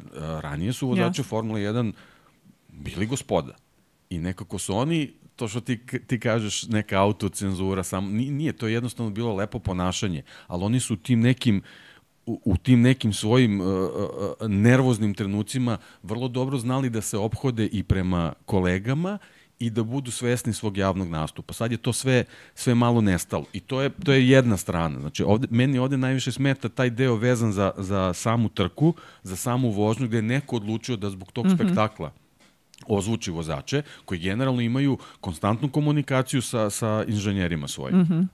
I tokom trke, znači, to je sat i po neke priče. I onda se izlači samo taj deo koji bi bio senzacionalizam. Sad, kažem, možda malo i zbog tog modernog vremena i svega toga, to se sve provuklo malo i na te konferencije za štampu gde se desi da izlete te psovke koje ne bi trebalo. To je već možda i neka druga priča koja bi možda mogla da se sankcioniše na neki način. Ali da se sankcioniše nešto gde te praktično neko vreba i izlači to iz konteksta, da ti budeš kažnjen, to mi je malo čudno. A pošto pričamo i o medijskoj pismenosti, a Srđan i ja smo govorili o toj realitizaciji, odnosno okruženi smo reality programima, dobro je da gledaoci znaju da ovo što mi gledamo kod nas, to je isto sve režirano. Znači, ljudi, postoji određeni scenarij. Nije to sad, mi snimamo ljude koji su u okruženju, pod kamerama, tako da ovde niko nije vozačima, nismo, nadam se, došli do tog stadijuma da neko vozačima kaže vi ćete sad da opsujete u 30 sekundi, vi ćete onda... Pa hoću to da kažem. Znači, ovo je neko njihova reakcija na ono što se dešava na stazi, a opet imamo ovaj moment gde neko izvuče ili odluči da izvuče nešto ili iz konteksta i da mu drugačije značenje. Čim je izvučeno iz konteksta i čim se ide na senzacionalizam, dobit ćeš neki odgovor koji nije baš, odnosno nije prava slika onoga što jeste. Sad vratit ću nas još malo u prošlost. Izvini, imali smo prošle godine 24. to je bio veliki skandal sa psovanjem za Maxa Verstappena. On je dobio i kaznu zapravo ne dobrotvornog rada, već community service, dakle društvenog rada, društveno odgovornog rada, gde je morao zapravo da ode i da odsluži kaznu. Dakle, ti si sada kažnjenik, pazi sad, to sad uteči na tvoje neke druge slobode van staze, ti moraš da određene stvari odradiš da bi i dalje bio deo sporta. Dakle, pritisak nastavlja i raste. Ali, sve to dolazi još ranije 2022. kada je Lewisu Hamiltonu zabranjeno da nosi, ne samo njemu, svima nakit, na primjer, pa je Hamilton došao u cilju banalizacije cele priče sa nakitom pokriven, cijelo je bio pokriven nakitom, jer mu je smetala ta odluka da se zabrani nošenje nakita, gde je imao i majicu koja govori actions speak louder than words, dakle, ono što dela govore više od reči. I gde je Mohamed Ben Sulayem vrlo jasno rekao ne želimo da ovo postane platforma za politički aktivizam. I zabranjene su sve vrste bilo kakvog političkog aktivizma u smislu protesta protiv nekog nepravde koju vozači osjećaju ili smatraju da postoji. Gde se sad isto postavlja pitanje cenzure, autocenzure. Da li ti kao vozač sada, određena situacija postoji u svetu, u državi ili negdje u društvu, na koju ti želiš da skreneš pažnju, da li ti prelaziš granicu sporta i svojih prerogativa kao učesnika tog sporta ili to je tvoja sloboda da to što si postao uspešan ili si na određenoj javnoj sceni smeš da upotrebiš u cilju protesta protiv nečega što smatraš nepravnim, nevezano za sport. Pa pazi, nama je u zakonu definisano da novinari mogu da iznose svoj javni stav. Mislim, javno da iznesu svoj stav i da te štiti od otkaza, odnosno od neke represije poslodavca. Ja mislim da u današnje vreme... Da li se to primenjuje onda i na vozača Formule 1? Da li u njihovom nekom kodeksu to stoji? Znaš, to je sad zanimljivo. Da li ti kao Lewis Hamilton koji u tom trenutku protestuje i koji ima više ne političkih, aktivističkih agendi... On ima ljudska prava, on ima pravo na svoj stav. On ima pravo na svoje mišljenje. Mislim, ne znam kakve oni ugovore potpisuju, ali kakav god da je ugovor ne može valjda da sprečava, da bude viši od konvencije o ljudskim pravima. Mislim, pa ne bi trebalo. Da, mislim, mi stalno govorimo da se živimo u vremenima. Znaš kako, imali smo jednu apsurdnu situaciju, baš bih volio da i to prokomentarišeš. Mislim, sad malo možda širimo temu, ali generalno, mi smo u jednom trenutku nekako tiho i prećutno dobili izbacivanje znaš onih devojaka što drže kišobrane, Grid Girls iz Formule 1, zato što je to protumačeno time da se na taj način štite prava ženskog pola i tako dalje, tako dalje. U jednom trenutku su se javile devojke koji su to radili i rekli vi nas ostavljate bez posla. Da. Mi to hoćemo da radimo zato što na taj način zarađujemo za život. Da. Sad, ko odlučuje? Gde su te linije? Ko to odlučuje? Znaš. I apropo ove priče, sad povezujem, kažem, problem je u tome što se, ako ti meni zabraniš jednu stvar pod okriljem druge, ako zabraniš mi X zbog Y, da li ćeš mi zabraniti Z zbog alfa, zbog teta? Pa kad krene, onda se to nastavlja. Tako je, onda nema kraja. Sećaš se što smo ti zabranili nakit? Ne, više se niko ni ne seća da smo ti zabranili nakit. Ako se ne pokažeš zube na X, završio si na Y. Da. I to je ono što je vrlo ozbiljna situacija. Pri čemu mi dolazimo u situaciju da se nakit zaboravio. Jer je umeđu vremenu nastao veći problem, veći skandal. Ali ništa nije sprečilo da se to sprovede u delo. Tek sada je početkom ove godine i Ben Sulayem rekao možda malo da povučemo ručnu. Ali kako to sada ide? Gde povlačiš ručnu? Idu izbori, tako je. Idu izbori, bukvalno. I sad, pošto izborna godina je malo da spanemo. A paralelno sa time, Günther Steiner, šef ekipe Haas nekadašnji, sada više nije tamo, je postao mega zvezda, medijska zvezda, zato što je psovao u Netflixu. Ne planski, nego on čovjek prosto iznerviran rekao, nije bitno, neću sad ja da izgovorim, ali izgovarao je psovki, gde je ljudima, on postoje jedan od omiljenih ljudi. Zašto? Zato što, da citiram sad Fernanda Alonso, dvostrukog šampiona sveta, je rekao, pa to je autentičnost. On je bio autentičan, on je bio ono što jeste. Nismo navikli da imamo kameru iznad glave i mikrofon da nam stoji, nego je pričao kako jeste. To je neko u Netflixovoj režiji pustio, reakcije su bile, inače, često znate, kad gledate Netflix, tačno znaju kad pozitivno reagujete, kad ne reagujete. Pročitajte svoja politika privatnosti. Ne bi me čudilo da vaš daljinski, koji ima mikrofon u sebi, vas čak i tu prisluškuje. I onda ti gledaš i to. I imaš još jednu stvar, koliko puta neko reprizira nešto. To sve lepo se analitika upisuje i onda neko pogleda i kaže, ovo je ono što nam sutra treba. I onda montažeru kažu, kuleš, po čuvenom sovjetskom režiseru koji je istvorio, dok pokazao taj efekat, dolazimo do toga da ti zapravo to onda forsiraš. I onda Günther Steiner izbaci knjigu koja se zove Unfiltered, ili ti nefiltrirano. Pazi sad ovo, sad dolazimo do onoga što si rekla. entertainment moment i reality show. Sad ja izbacujem knjigu koja se zove Nefiltrirano, a paralelno sa time imamo predsjednika FIE koji zahteva da se očisti imidž sporta. Čekaj, jel čistimo imidž sporta ili vodimo račun o bezbednosti, jer smo zato ukinuli nakit? Pa sad smo ukinuli nakit, sad smo ukinuli psovke, sad sutra šta ćemo još da ukinemo? Ja sa tim imam problem. I radije ću da pustim da publika bude ta koja će proceniti neke stvari. U krajnjem slučaju, kako puštaju psovke, tako što kažu pip. I još jedna stvar, zašto ih uopšte ikad puštate? I još jedna stvar, što ste ih ozvučili? To ono što pa i deki stalno pitaju. Znaš, znamo s jedne strane prije što su ih ozvučili, kada nam daju informacije, hoću menjam gume, neću menjam gume. Sad se vodi velika polemika oko toga, pošto žele da ozvučemo vozače Moto Grand Prix-a, koji su tek u stresu, mislim. O tome tek. Može i Srđan da ukratko da ti objasni tome kakva je čak razlika između Moto Grand Prix vozača i vozača Formule 1. Vidi, motociklisti su... Evo, citiraću kampanju, mislim da je Ministarstvo saobraćaja Španije, koje svakog leta ističe bilborde koji kažu kad si na motociklu, to tvoje telo je šasija. Dakle, tvoje telo je bukvalno sastavni deo tvog vozila, jer ti tu nisi zaštićena. Kao što si u oklopu automobila. Ni automobili nisu najbezbedniji, ali su sve bezbedniji. Motocikl, koliko god da je bezbedniji, ti si dalje, tvoje telo je slobodni projektil onoga momenta kada se desi nesreća. Da, imaš grbu, imaš zaštitu, imaš milion stvari kada ljudi pokušavaju, vazdušni jastuk ti se otvori u delu, ako nosiš odelo. Pogotovo apel influencerima. Lepi ste, super ste. Ali kad vi vozite bez rukavica, kad vozite bez rukava, jer će to da donese lajkove, vi govorite nekoj devojci, nekom momku da je u redu da ima samo kacigu. Ne, nije u redu.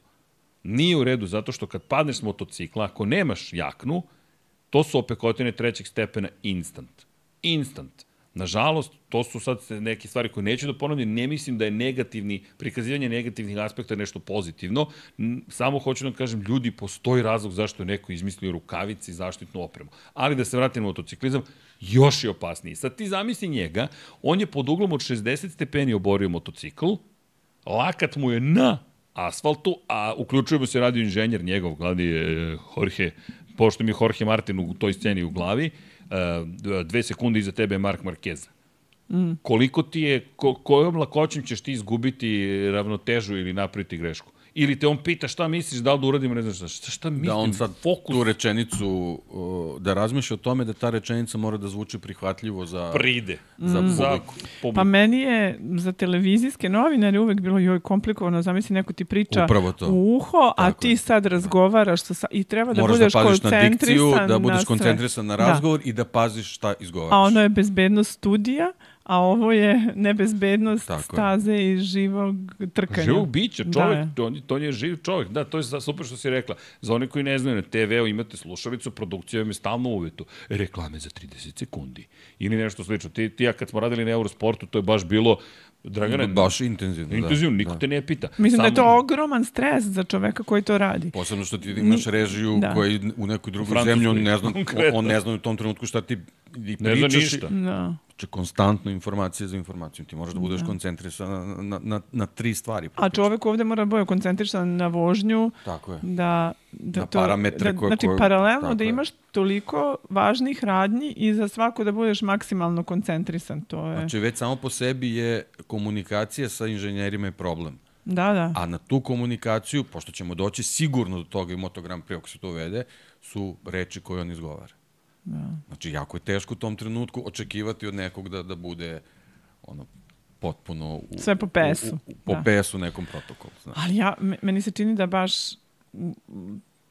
ako želimo da čujemo šta se dešava u tom trenutku, čoveku treba pustiti slobodu da on bude ono što jeste u tom trenutku i to smo tražili, sad to treba i da dobijemo.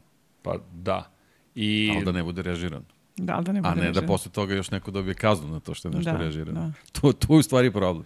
Ali da budem sada i s druge strane advokat Ben Sulajma. Možda je njegova želja zaista samo da kaže ljudi previše psovki u etru, ali je krenuo tako što je krenuo napad. Jer meni njegove izjave ne zvuče kao da je otišao kod Stefana Domenicali, izvršnog direktora Formule 1, rekao je Stefan, imamo mnogo psovke, a ovo smanjimo malo, aj smanjimo doživljaj. Meni nije. Znači, moje mišljenje je da se to sve dešava, ono što sam je malo pre rekao, da se sve to pretvara u taj neki proizvod koji mora da dobije imidž da bi porasla cena. Jer kako si počela priču, zato što si kao neko ko nije u ovom svetu, kad si se informisala o ovoj temi, pročitala da je Ben Sulayem podigao vrednost Formula 1, to je napravio zaradu, to je ispalo da je jedino što je bitno. Ali sam pročitala i to da su epiteti diktator, autokrata, neko ko uvodi netransparentnost, da ne zna se gde završavaju pare. Pozitivna stvar je vezano za zaradu. Da. Da li je to suština Međunarodne automobilske federacije? Ne bi trebalo da bude. Tako da ne verujem da je ovo što Srđan kaže. Da, ali ima još jedna zanimljiva stvar. Ja ne znam kako na sva ta pravila reaguju i organizacije iz drugih zemalja. Mi imamo neki evropski pogled na stvari. Jako je važno znati kako gledaju na to i ostale zemlje. Mislim, kako uopšte igrači koji dolaze iz različitih okruženja, mada su oni već izbrifovani dosta, ali ne znam kako gledaju druge organizacije koje ulaze u tu FIA-u, koje učestvuje svojim parama u finansiranju. Znači, kako... Ajmo da spomenemo i kako se finansira FIA. Mi smo pričali o tome pre nego što smo počeli, ali čisto da damo i javnosti tu informaciju. Dakle, mi imamo nekoliko stvari koje donose zapravo novac FIA. Jedno je članstvo, druga stvar jesu prodaja prava, treće jeste naplata organizacije događaja kao ključni izvori. Ali ne znamo u kom procentu. Ne znamo, pokušavam inače dok pričamo da saznam zapravo, ali ono što je... A da li je ovdje, izvini, molim te, što te prekidam, da li je bogatije zemlje više finansiraju ili manje? Znači, da li sad evropske zemlje više finansiraju FIA od ostatka sveta, ili ja to pravim sad paralelu sa našom Međunarodnom federacijom novinara ili Evropskom federacijom. Uvek bogatije zemlje daju više, ne znam, afrički kontinent je tu slabiji. Imaju veće pravo glasa. Da, se kao veći novac daje za pomoć to je okay. Organizacijama koje su... Da. Evo ovako, ono što sam našao javno jeste da je članstvo varira zapravo od tipa članstva i veličine organizacije. Da. Dakle, od $2.000 do $16.000, na primjer, su neka osnovna članstva. Ali sad, ono što je pitanje jeste kako mi zapravo... Moram da saznam više zapravo kako funkcionišu stvari... Koji je procent, koji je udeo članarina, koji je udeo tih komercijalnih ugovora? Pa članarine nisu velike, da. Jeste, inače 26 miliona otprilike je bila neka, oko 30 miliona eura je bila, na primjer, pre par godina zarada koju su imali od članstva vozača i timova u šampionatu sveta. Jer, na primjer, ti kada osvojiš titulu, ti plaćaš najviše za članarinu. Dakle, Max će, zato što je svoju titulu, platiti, ne znam, 1,3 miliona. Sad nemojte me držati za reč koliko tačno, ali on će platiti najviše za članstvo. McLaren kao prošlogodišnji šampion također će platiti najviše za članstvo. Ti moraš i dalje da budeš član FIA, ali tu ne govorimo o državnim asocijacijama. Sad to govorimo baš o Formuli 1. To su kao neke... Tako je. I sad, to su licenses fees takozvani. Ono što također jeste zarada, jeste, na primjer, konkretno Max, kažem, negdje oko milion znam da plaća, ali, na primjer, gde je, to što će vjerojatno ekipa da pokrije, ne vjerujem da će oni svog džepa da plati, ali kako god, poenta jeste da tu zarađuje FIA. Ima još jedna stvar kada je reč o zaradi, a to je zapravo podela prihoda, profita od prodaje televizijskih prava. Ono što ne znamo kakav dogovor je napravio Bernie Ecclestone svojevremeno kada je kupio na 100 godina. Koliki je procenat? Na osnovu onoga što Ben Sulayem priča, meni deluje da on želi veći deo kolača i da nije zadovoljno što u momentu kada imamo ono što se meni ne dopada i gde ja imam najveći problem. Ben Sulayem neke poteze koje povlači na prvi pogled gleda, pa čeka, ovo nije tako loše, ali problem je što uvek u tim situacijama posledica bude mnogo skuplja nego što je taj inicijalni plan podrazumevao. Konkretno šta hoću da kažem. Dakle, Ben Sulayem koji kaže, ok, hoćemo da budemo profitabilni, super, hoćemo da budemo profitabilni, ajde budemo profitabilni. A onda uvede razgovor, pa vozači su bogataši. Pa ti si bogataš, šta to znači? Jel ti ne treba da budeš na čelu FIA zato što si ultra bogataš? A ne, u redu je da sam ja bogataš, ali nije u redu da si ti bogataš. Ja sa tim već imam, jer meni to definicija tiranije. A to je, pravila važe, ali za tebe. Ali čekaj sad, gledala sam, kao što si rekao, da sam štreber, da je sa skoro 80 i nešto posto glasova usvojen novi statut u kojem se nešto menja i taj etički kodeks koji isto sa još i više, 88%. Znači da tu on ima podršku za to što radi. Ima. Da, u toj svojoj organizaciji. U FIA on ima ogromnu podršku i vrlo su zadovoljni gomilom stvari koje je učinjena. Ono što je za mene jedna velika, uslovno rečeno, opasnost jeste, ok, imaš podršku, 88% ljudi kaže to super radiš, ali ja gledam ove ekstremne situacije, kad ti počneš da učutkuješ nekoga, kad ti počneš da utičeš na ponašanje ljudi, to je ono što meni pali alarm, lepo si rekla, crveno svetlo se upalilo zato što jednostavno govorimo o tome da ti je neko rekao sad ću da definiš na šta ćeš da pričaš. Čekaj, ali gde ti sad tu vidiš odbrambenu koja vraća taj potisak da vidiš ti one koji će da se za to pobune, osim pojedinaca igrača, vozača, pardon. Znači, šta se tu dešava? Pardon? Kako izvini se? Ko će da reaguje na to zajednički? Ko će združeno? Pošto solidarni uvek bolje. Vozači samo. Dakle, i to je moje mišljenje, ne znam da li se Deki slaže sa mnom, ali samo vozači. Dakle, s obzirom na činjenicu da imamo situaciju u kojoj ne vidim da će formula... A koliko su oni solidarni? Jer su oni 100% protiv? To sad... Pa, verovatno zavisi od mere do mere. Mislim, naravno, svako tu gleda da štiti neke svoje interese, to je sasvim okej. Ali oni generalno,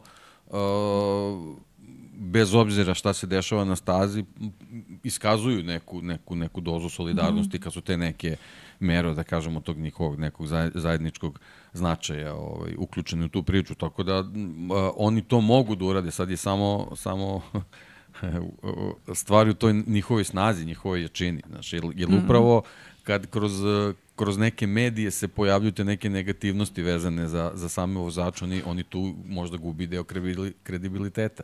Mislim, baš je onako zapletena je situacija.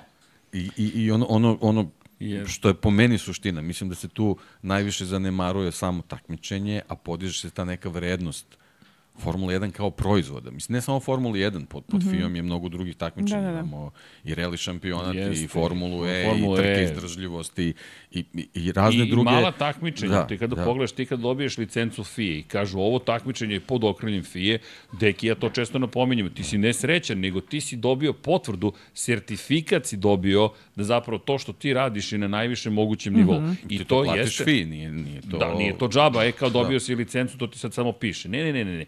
Tebi je neko rekao zapravo u celoj priči da si ti došao do toga da si ti dovoljno dobar, vredan, kako god, da dobiješ FIA sertifikat. I prosto kada pričamo o FIA, to je jedna od njenih glavnih uloga u celoj priči, ali mi sad dolazimo do toga, raste joj moć, raste prihodi, raste sve i ti kažeš da, ali sad ćutite. Razumeš, meni je to problem najveći, jer ako ti radiš neke stvari na dobar način, to ne znači da te opravdava da uradiš bilo šta. Znaš, vidi, ja sam dobar u ovome, to mi automatski daje mogućnosti ovde. Jer ja se pribojam zašto mene cenzura toliko brine? Čekaj, kad kreneš da nas učutkuješ, šta je ono što više nećemo znati da se dešava? Ja želim da imaju mogućnost i spreman sam da platim cenu, ne znam da li će se publika složiti, da povremeno čujem i psovku, ali da znam da će taj isti Max Verstappen... Ne moram da idem i na psovku. Evo sad imamo tu neku aktualnu situaciju vezano za formiranje kalendara sledeće godine. Ubacuju se nove trke, ulične trke, Madrid konkretno. Ja nisam čuo nigde nijednu reakciju vezanu za timove, za bilo koga ko učestvuje tu da kaže, ja se vama uopšte sviđa što će biti toliko uličnih trka. Znači, banalna stvar. Apsolutno niko ništa ne govori. Znači, samo se pojavi informacija o kalendaru i to je to. Ne postoji reakcija.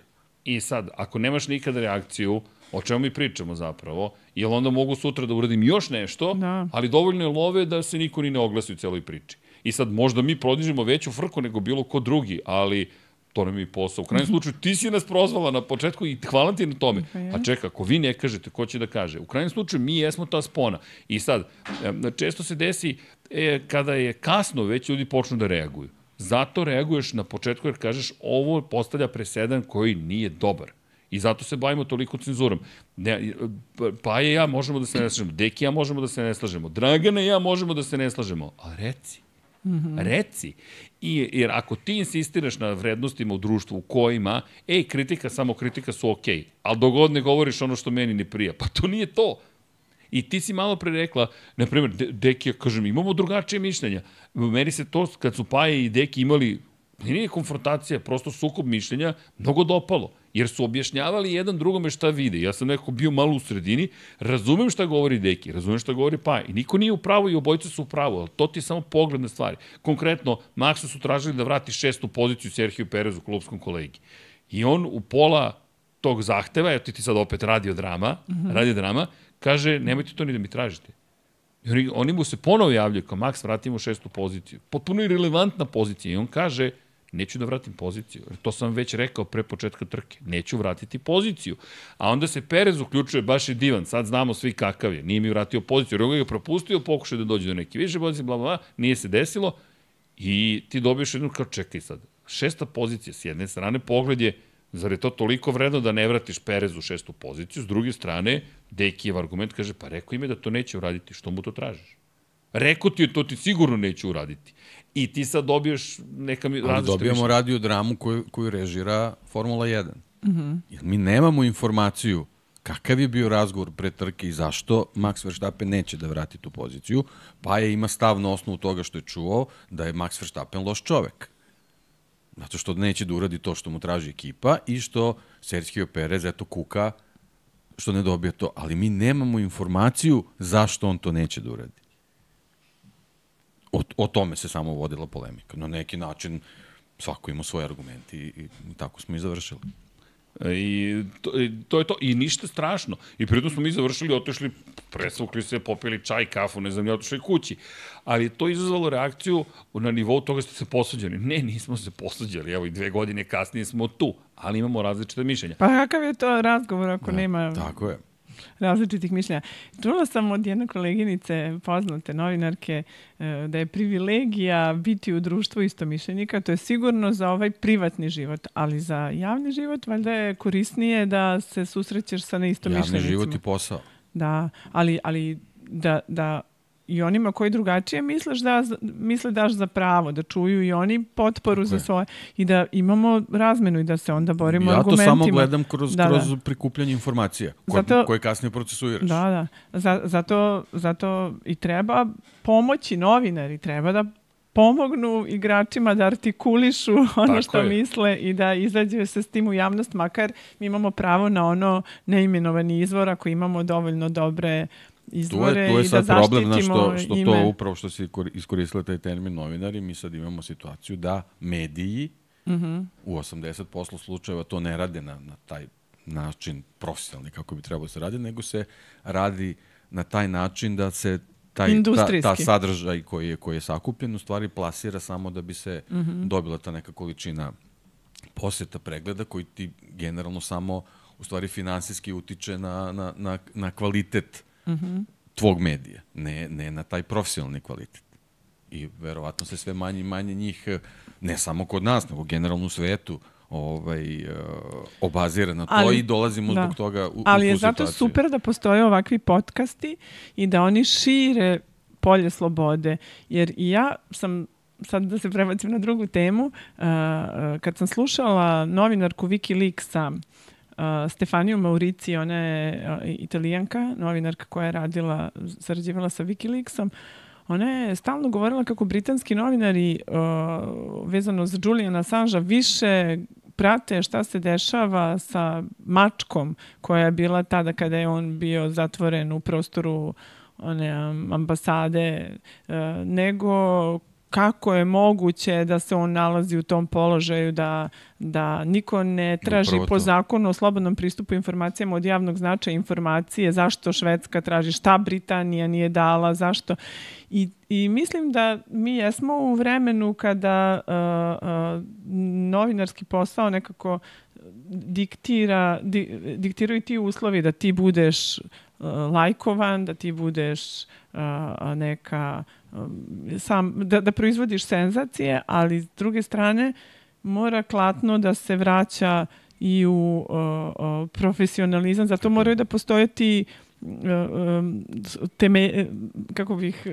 to su neki oni temeljni stubovi novinarstva, da postoji profesionalni ljudi kojima će svako ko ima problem moći da se obrati, da kaže vidi ti ćeš ovo da razumeš i nećeš od ovoga napraviti skandal, niti sprdnju, niti ćeš me izložiti onome što ja nisam, i zato molim te, evo, ovo je naša priča i tu je naša uloga, tu je uloga novinara da javnost dobije iz kredibilnih izvora pravu informaciju, i mislim da sad u ovoj priči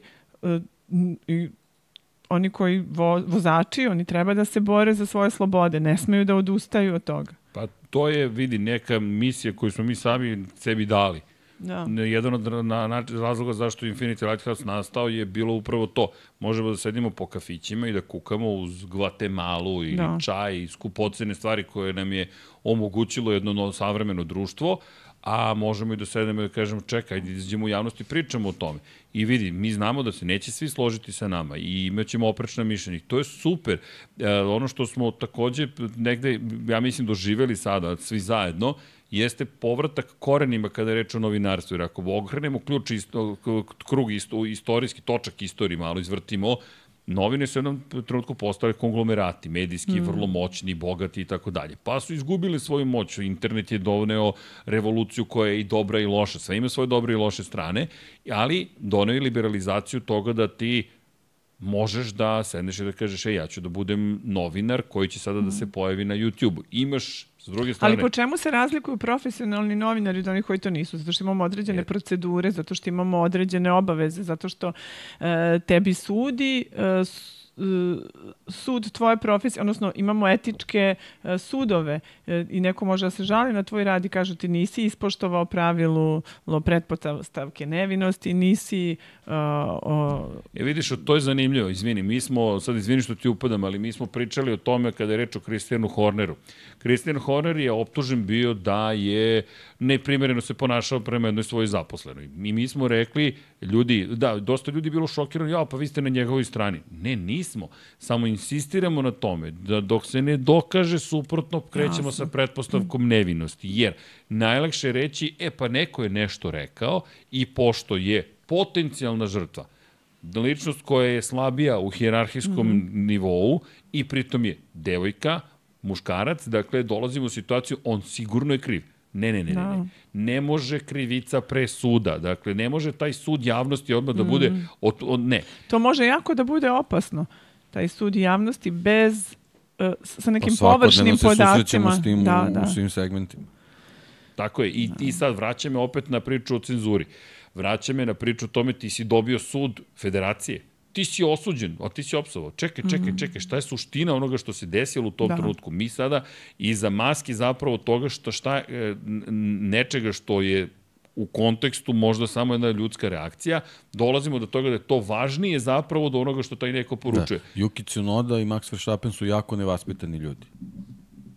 Da, to je zaključak priče. Pritom sad imamo situaciju, sad mi je palo na pamet, Red Bull Racing, imamo optuženog šefa tima i imamo dvojicu jako nevaspitanih vozača.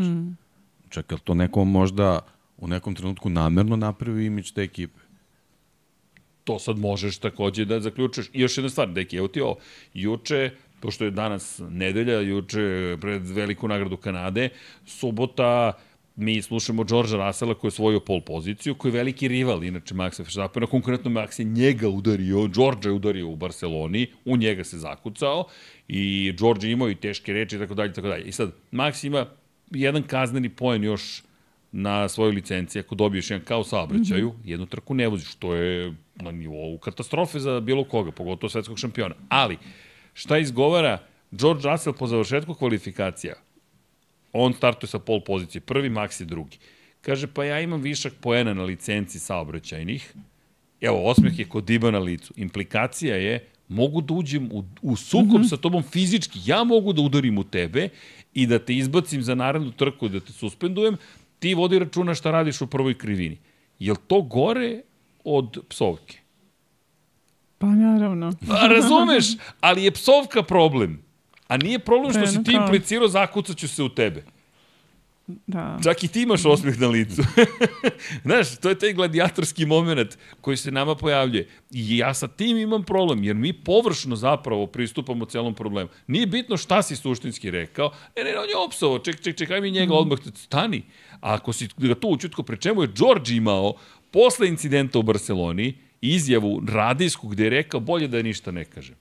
Ti si sad već dobila učutkivanje vozača, već dobijaš nešto. Možda je cilj bio lepši imidž, ali je posledica mnogo velike. To je ono što sam rekao, na primjer, ti napraviš neke prekršaje, kazne sve nas, jer to je lakše. Za svaki sistem upravljanja lakše je da primjeni kaznu za sve. Pošto jedan nije bio poslušan, sad ćete svi da trpite. Čekaj, šta sad? Pa ti si doveden da budeš sudija. Dakle, ti pozovi njega na sud i tu reci, psovao si, ajmo sad da vidimo šta se tu dešavalo, a ne, a ja kaznim sve, stani. Ne, upravo to što je rekao, hajde da vidimo šta se tu dešavalo. Tako je. Ne. Jednostavno, ako si uveo takve pravila, moraš onda da uvedeš i te procese da će se dokaže da li je neko zaista kriv zbog toga. Ne tako a priori kao. Čisto da imamo, eto, i tu situaciju. Jer vidi, nama je cenzura, ono što si rekla na početku, crvena zastava. Nešto se tu dešava. Šta se tačno dešava? I mi kopamo. I hvala ti na tome što si rekla da je to naša odgovornost. I sad, ko je novinar, ko je youtuber, a ko je youtuber, a ko novinar? Ili ima razlike uopšte? I da li ja, ako imam YouTube kanal, treba da budem član udruženja novinara Srbije, na primjer? A kod nas je to malo drugačije. Ne znam kako je u svetu, ali kod nas ti moraš da imaš neku hijerarhiju. Dakle, da postoji uređivanje, da imaš nekog ko je urednik onoga što ti radiš. Dakle, mi urednik se i dalje držimo toga da su mediji ipak proizvode određeni sadržaj koji je urednički nadgledan. Da onda ja sam skoro sam imao neku raspravu, da tako kažem, sa ekipom za neki sajt, onako usko je stručan i sad je tu, postoji neki sadržaj koji se tu stavlja, vezano za neke novitete u nekom segmentu, nebitno. I ja sam samo u jednom trenutku rekao, pošto naravno tu je sad glavna priča SEO i kako da se podignu posete i tako dalje, ja sam rekao, prva stvar koju trebate uraditi, vi nemate urednika. Kao, to je prvo bio osmeh, neverica, nisam ulazio u raspravu, koja druga stvar je, svi ljudi koji ovo rade, u tom trenutku su, pošto nemate urednika, to nisu novinari, to su content kreatori. Oni su samo kreatori sadržaja. Apsolutno mi niko nije razumeo šta pričam, pa sam onda odustao. Ali eto, to je, i hvala ti što si me podsjetila, to je u stvari bila ta priča. Znači, to je neki sajt koji je onako relevantan u tom nekom svom svetu, ali to nije... To jednostavno nije medijski sadržaj, nije novinarski sadržaj na pravi način. Slažem se, zato što mi smo ipak naučili na neke procedure, to je profesija koja ima svoje zakone. I jeste danas veliki udar na ovu profesiju, ali se još nekako držimo. Ne kažem da tu nema i naše krivice, odnosno da nema krivice samih medija. Pitanje je koliko običan čovek može da se prepozna u medijima, koliko danas, evo pogotovo u Srbiji, koliko novinari i mediji rešavaju probleme građana, čemu i služe. Mi bi trebalo da tim javnim uticajem obezbedimo da se neki problemi građana reše. Sad, to je, dakle, kriza novinarstva i medija koju mogu iz prve ruke da nam svedoče građani, da kažu, pa čekajte, i pogotovo za javne servise, nemate drugu stranu ili nemate, ja ne mogu vama da se obratim kad imam svoj problem, zato što se vi plašite šta će reći ovaj zvaničnik, zato što ste pokazali do sada da ništa ne istražujete, ništa ne kopate, nećete da imate problem, hoćete da za vas novinarstvo bude jedan lagodan posao gde vi družite se sa političarima, s njima kortešite i to... I sam taj pristup ti dovodi pre svega do autocenzure. Tako je. Zato ovde mora, i to nije loše reći, ti kad si novinar, dođeš u priliku da budeš sa tim poznatim vozačima, sa bogatim ljudima koji vode određene organizacije, timove ili su njihovi. I ti uvek moraš da budeš na jednu rukohvat odaljen od njih i da nemaš a da opet budeš dovoljno blizu da dobiješ informacije, jer to je ono što treba tvojoj publici.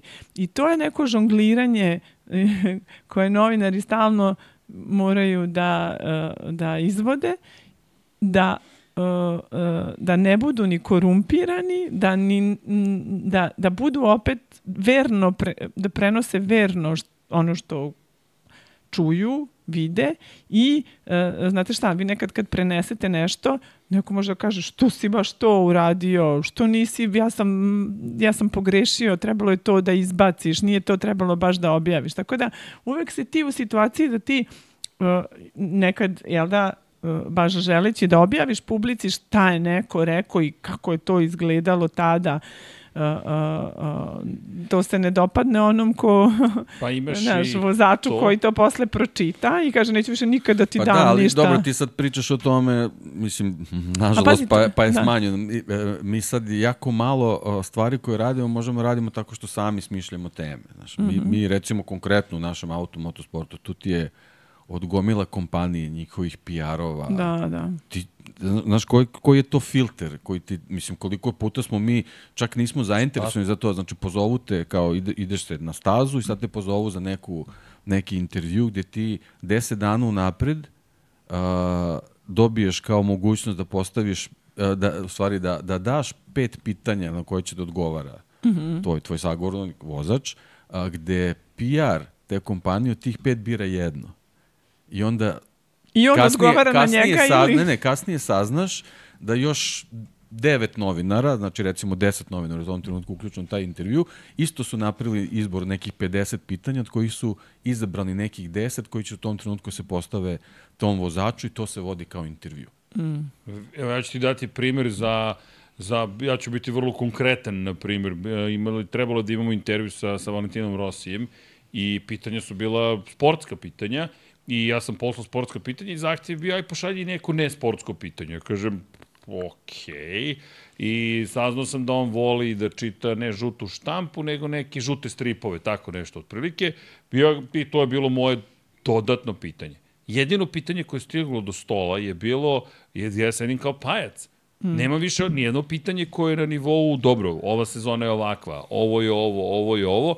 Ne, nego je pitanje, voliš žute stripove, šta to znači za italijansku kulturu? Hi.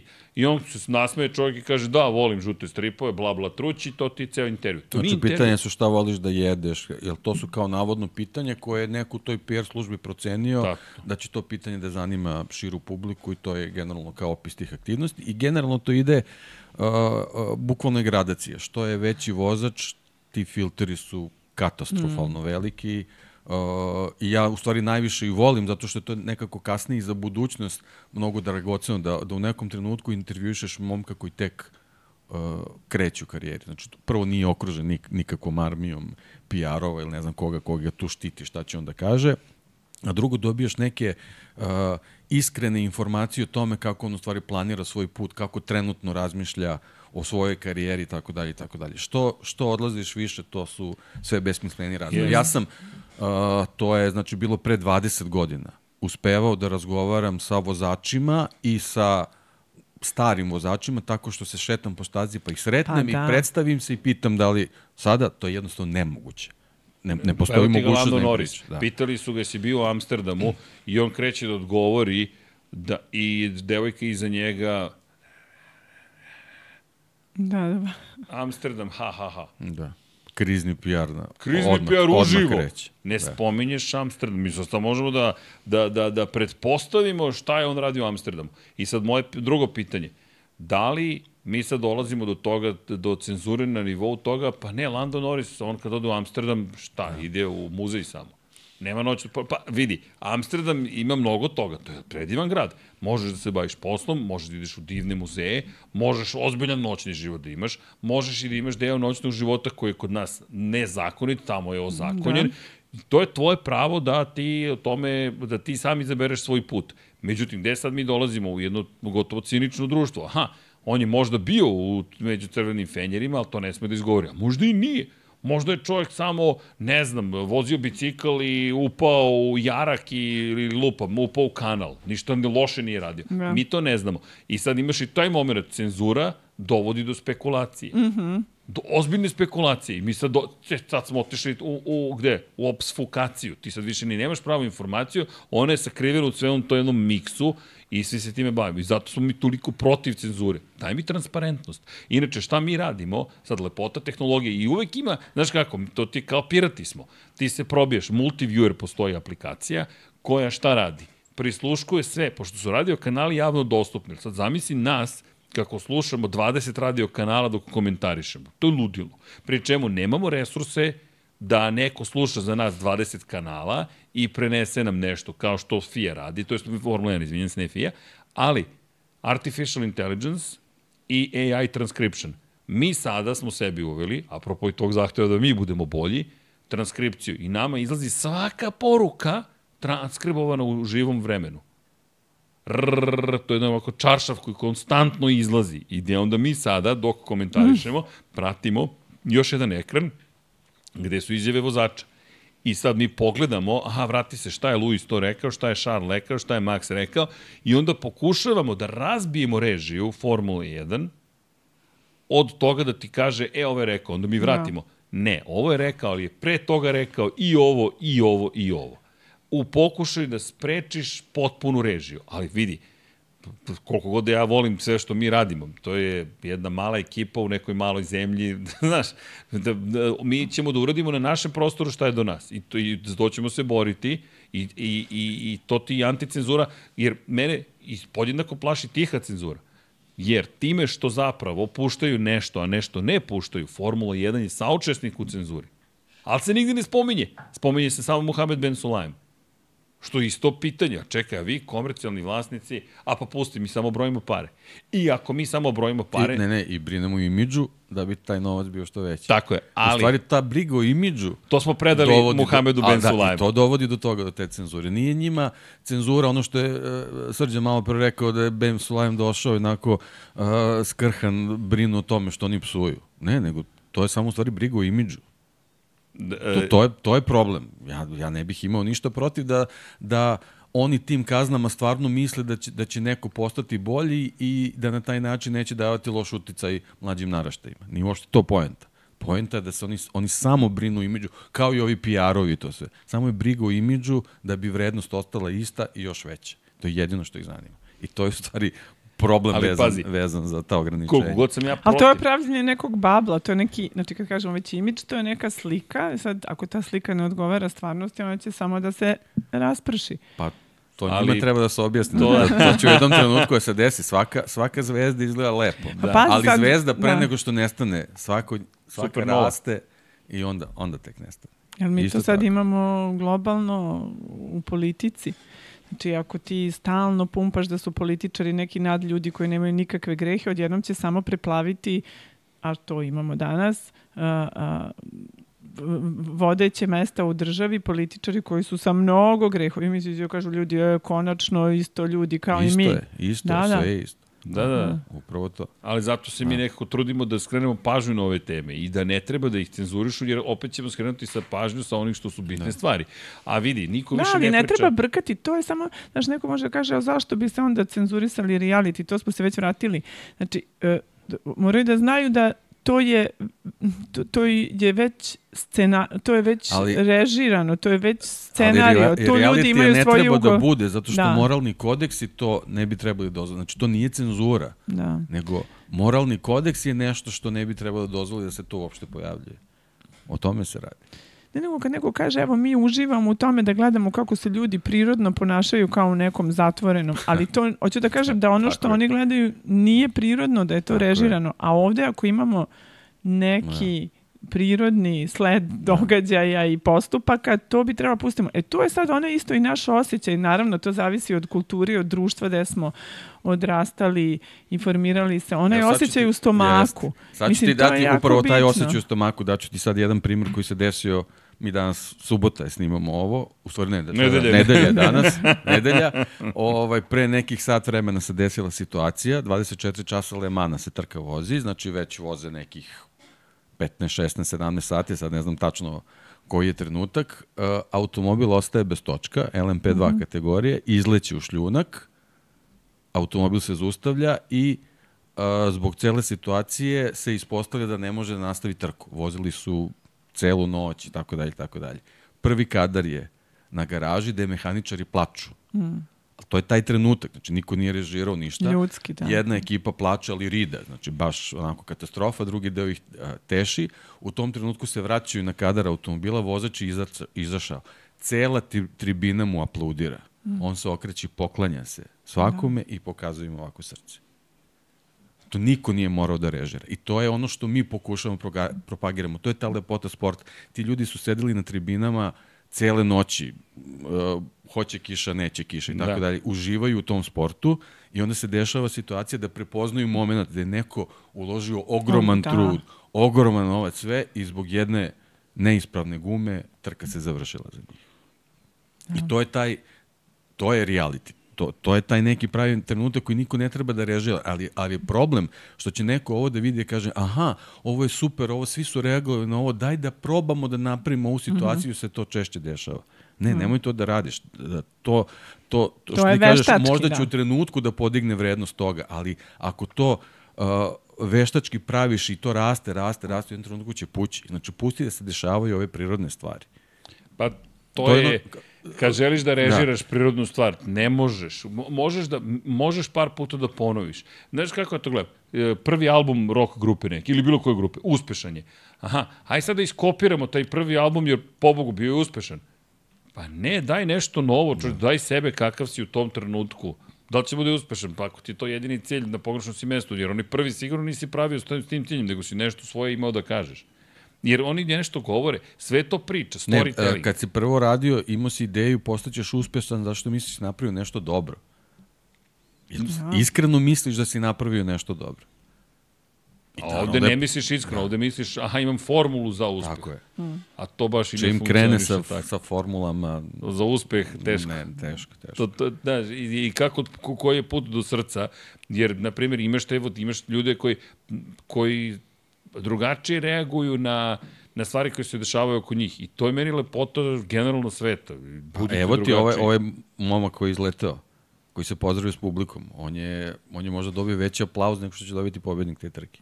I što se njega tiče, on je ipak junak te... apsolutna je satisfakcija u tom trenutku.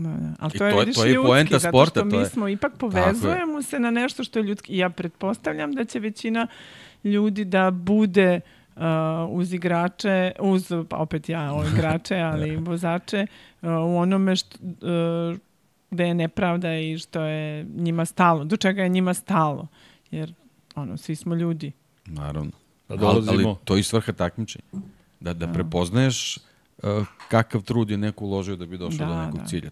Tamo ni da ne dođe do njega. Pa u krajnjem slučaju, znaš kako ja to posmatram i apropo te cele priče o cenzuri, jer cenzura, krenuli smo od psovki, ali to je samo izgovor zapravo da proširimo temu bio. Zašto? Pa cenzura je krenula sa nakitom. Ti mene cenzurišeš. Cenzura je krenula kad si mi zabranio da ja izađem u Majamiju i kažem planeta će da potone, dajte da uradimo nešto. Pa to smeta organizatorima trke u Majamiju. Nemoj to da radiš. Još jedna stvar, niko ne spominje, sportski žurnal i danas, ja mislim, objavio tekst o tome da o tome nismo pričali dovoljno, da postoji udruženje Stop F1 u Madridu. Zašto? Zato što oko 180.000 ljudi koji žive u tom delu Madrida će direktno biti pogođeni dolaskom Formule 1. Od toga da će biti možda zagađenje, buka, do toga da će infrastruktura morati da trpi, do toga da će možda biti zaglavljen ceo deo grada. Pa kvalitet života mesec dana sigurno će vrlo da trpi u tom delu grada. Gde im je objašnjenje? Da, ali će cijela regija da prihode oko 400 miliona eura. Da. I to je objašnjenje. I sad kažu, da, ali čemu taj prihod ako je moj život lošiji nego što je bio? Zar prihod ne treba meni da omogući da živim lepše? Posećam ceo park, zato što ću napraviti nešto lepše, bit će više turista, više ćemo da zaradimo. Ko će više da zaradi? I kome je lepše. A opet tu ulazimo u svet opet se držimo sveta Formule 1, gde i zašto čim kreneš da zabranjuješ nešto, gde ćeš da staneš sa zabranom? Ja, pa to ućutkivanje, kad kažeš cenzura, ućutkivanje. Zašto? Zašto bi ućutkivao neko koji je odrastao, znaš?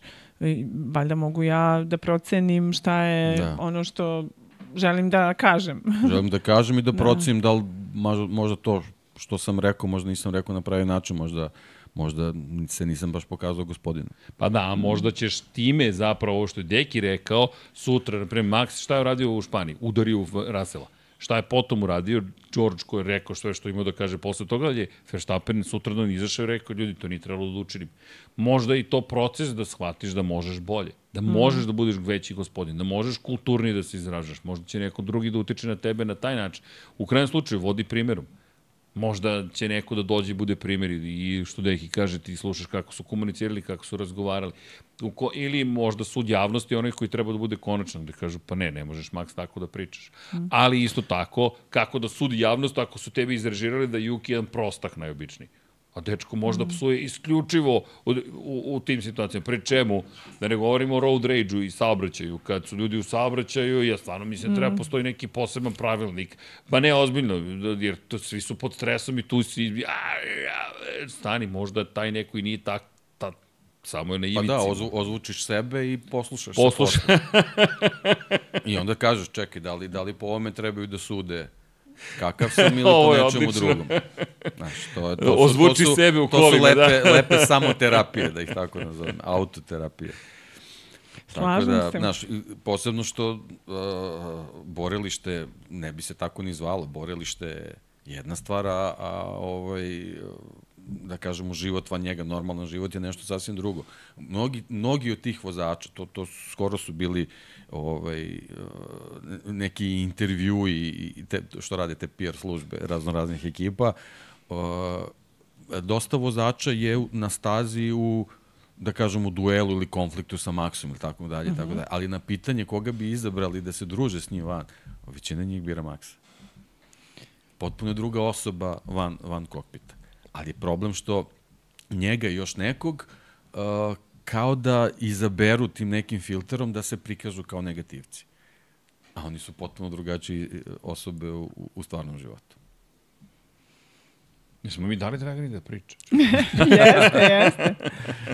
Da, bilo mi je baš zadovoljstvo. Inače, saznao sam ja još stvari. Umeđu vremenu dobio sam odgovor od čoveka koji je upoznat sa događanjima generalno u FII i u AMSS-u i kaže ovako, postoji nekoliko grupa država po kojima se definiše zapravo članarina i to su regije, dakle 3 regije postoje, konkretno Srbija je inače 3. regija i nama je niža članarina nego onima koji su u prvoj regiji i gleda se po bruto domaćem proizvodu. Jeste, kao kod nas. Da, ali svaka država ima samo jedan glas. Dakle, bez obzira kolika ti je članarina, tvoj uticaj je izjednačen sa članovima koji su bogati ili plaćaju više. I to je zanimljivo. Da, to je zanimljivo.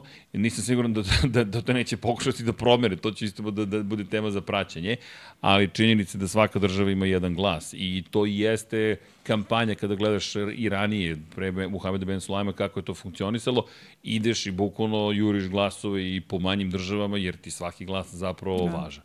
I iz te perspektive to je, na primjer, za članstvo kada je reč o turingu takozvanom, a kada je članstvo o sportu, to se radi na osnovu broja izdatih sportskih licenci i nema fiksnog dela. Dakle, koliko imaš sportskih učesnika, toliko zarađuješ od određene države. Očigledno da mnogobrojnije države donose više novca. Ali zanimljivo, novac ti ne daje veće prava. Da. Sad, i to je za debatu. To dobro ili loše. Ili, ne znaš, u ovoj situaciji, jer federacija trebalo bi da bude takva da kažeš, ok, ovo treba da služi svima podjednako. Jer zato je Međunarodna automobilska federacija. Ne mogu reći, mi se ne dopada to. Ali dobro, sve to ima svoje prednosti i mane. Ali činjenice, jer pogotovo kada je reč o Ben Sulajmu, zašto je da on toliko istaknut? Zato što je njegova uloga ne u privatnoj organizaciji, nego u federaciji. Dragane, koliko ti to vidiš? Jer, na primjer, ne znam da se slažeš sa mnom ili ti drugačije mišljenje, ali ja mislim da kad voziš privatnu kompaniju, tvoje ponašanje može da bude drugačije. Jer to je svrha kompanije profitne, pogotovo je da praviš što više novca. Vrlo je jednostavno. To je bottom line, ono čuveno, profit and loss. Koliko smo bili u plusu na kraju godine, to je Bernie Eccleston stalno ponavljao, nekadašnji šef Formula 1. I s druge strane imaš udruženja, čiji cilj je zvanično neprofitna organizacija i samo da napomenemo, šta znači uopšte neprofitna organizacija? To znači da nije cilj da imaju pare ili nema para tu? Pa nije, neprofitna ne znači da ti ne treba da zarađuješ pare i da budeš u plusu. Izvini, moram nešto da uradim. Ti se ne vidiš dovoljno. Dobro. Tako, sad sam to sredio. Neprofitna ne znači da ti ne zarađuješ pare i da budeš u plusu. Znači, on je na tom dobrom tragu, odnosno želi da mu puca od zdravlja ekonomskog organizacija, a s druge strane ima i tu odgovornost da podstiče razvoj sporta. Znači, trebalo bi da sve te pare završe dalje u podizanju nivoa kvaliteta sporta. I ne samo sporta, izvini, saobraćaja. Dobro, i saobraćaja. I, znaš, tu se postavlja to pitanje i mi smo ga i ovde imali. Čemu služi javni servis, recimo televizije? Da li samo da edukuje ili informiše ili da bude gledana? Znači, ti hoćeš da budeš i gledan, jer što si više gledan, to si uticajniji. Znači da moraš da imaš i određeni količinu komercijalnih sadržaja, da praviš i da informišeš na jedan zabavniji način ili gledaniji ili da to rade ljudi koji su posebno cenjeni. Znači moraš tu uvek da praviš neki balans. Tako da ja mislim da i ovde on bi trebalo na više frontova da puca, ali ne da puca u noge igračima. Da. Koji sport to voliš toliko pa su igrači stalno? Jel košarka? Pa ne, ja sam mnogo voljela odbojku, to sam pratila. Gledala sam sve i fudbal i košarku, ali to je davno prošlo vreme. Sad kad imaš decu i porodicu, onda jurcaš u mnogo niže ligi. Gledaš igrače u pokušaju da nastanu profesionalni igrači. Tako da sam to davno, ali bila sam neko ko je vrlo, vrlo srčano navijao po terenima. Sjajno. Ne, vidi, morao sam te pitam iz perspektive neprofitnih organizacija, jer se tu često pravi zabuna. Otprilike ispada, pa ne, one ne smiju da imaju pare. Ne, njihov cilj je takođe da obrnu što više novca, da bi mogli sav taj novac da potroše u ono što su ciljevi. I u ovoj slučaju, jer da ne zaboravimo, FIA ima veliku ulogu i kada je reč o saobraćaju. I bezbednosti u saobraćaju.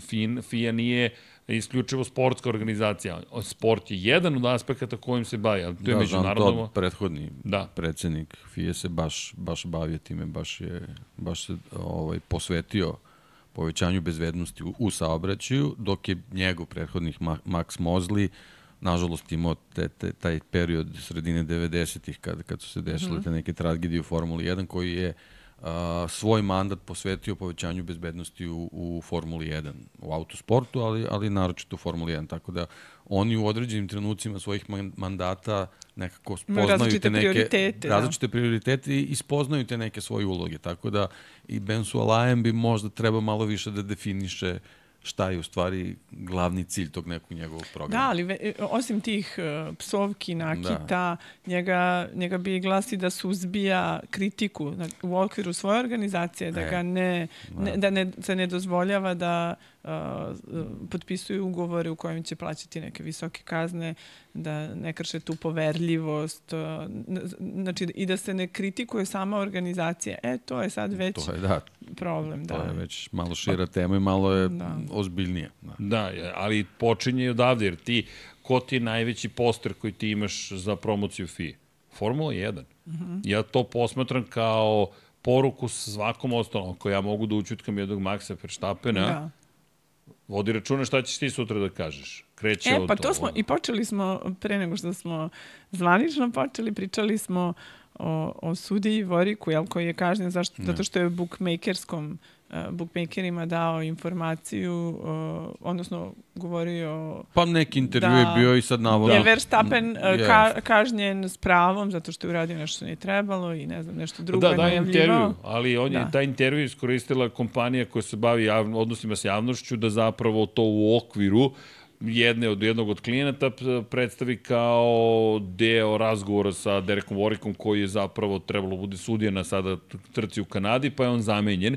Rečeno je da neće biti daljih posledica po njega, već da mu je sada rečeno sada ne možeš da učestvuješ u ovoj trci, jer direktan uticaj bi mogao da imaš na trku, a ako si razgovarao sa nekim ko je bookmaker, što nije da nema smisla s jedne strane, ono što će biti važno vidjeti jeste u budućnosti da li će Warwick zaista biti vraćen na poziciju ili ne. Jer to je sad mnogo važno. S jedne strane, ajde, pričaju s nekim kome je interes da se trka završi na određeni način. Dakle, da li će Warwick... Aha, misliš to, da je on mogao određenoj kladionici da da ili nekome ko formira kvote neke informacije koje drugi nemaju. Tako je. I na osnovu tih kvota da sutra uticaj na njega možda postoji da on donese određenu odluku tokom trke koja može da rezultira ishodom koja odgovara toj kladionici ili bookmakeru. A čekaj, da li su tu sudije ograničene da mogu samostalno da daju izjave ili moraju pod okriljem neko? Pa, znaš kako to možemo da uđemo i u druge sportove. Da. Ja slabo viđam da sudije mogu baš da daju intervju. Bilo gde. Da, to je ipak neki zatvoreni konflikt interesa. Da, sudije ne mogu da komentarišu o predmetu kom sude, ali mogu generalno neke trendove zakona. Tako je, ali ovo je bilo vrlo konkretno i ticalo se događaja koji... I pritom je veoma aktuelno u ovom trenutku. Jeste. Tako da to na neki način mogu da razumem. Ali vidi sad, postoji još dodatni problem.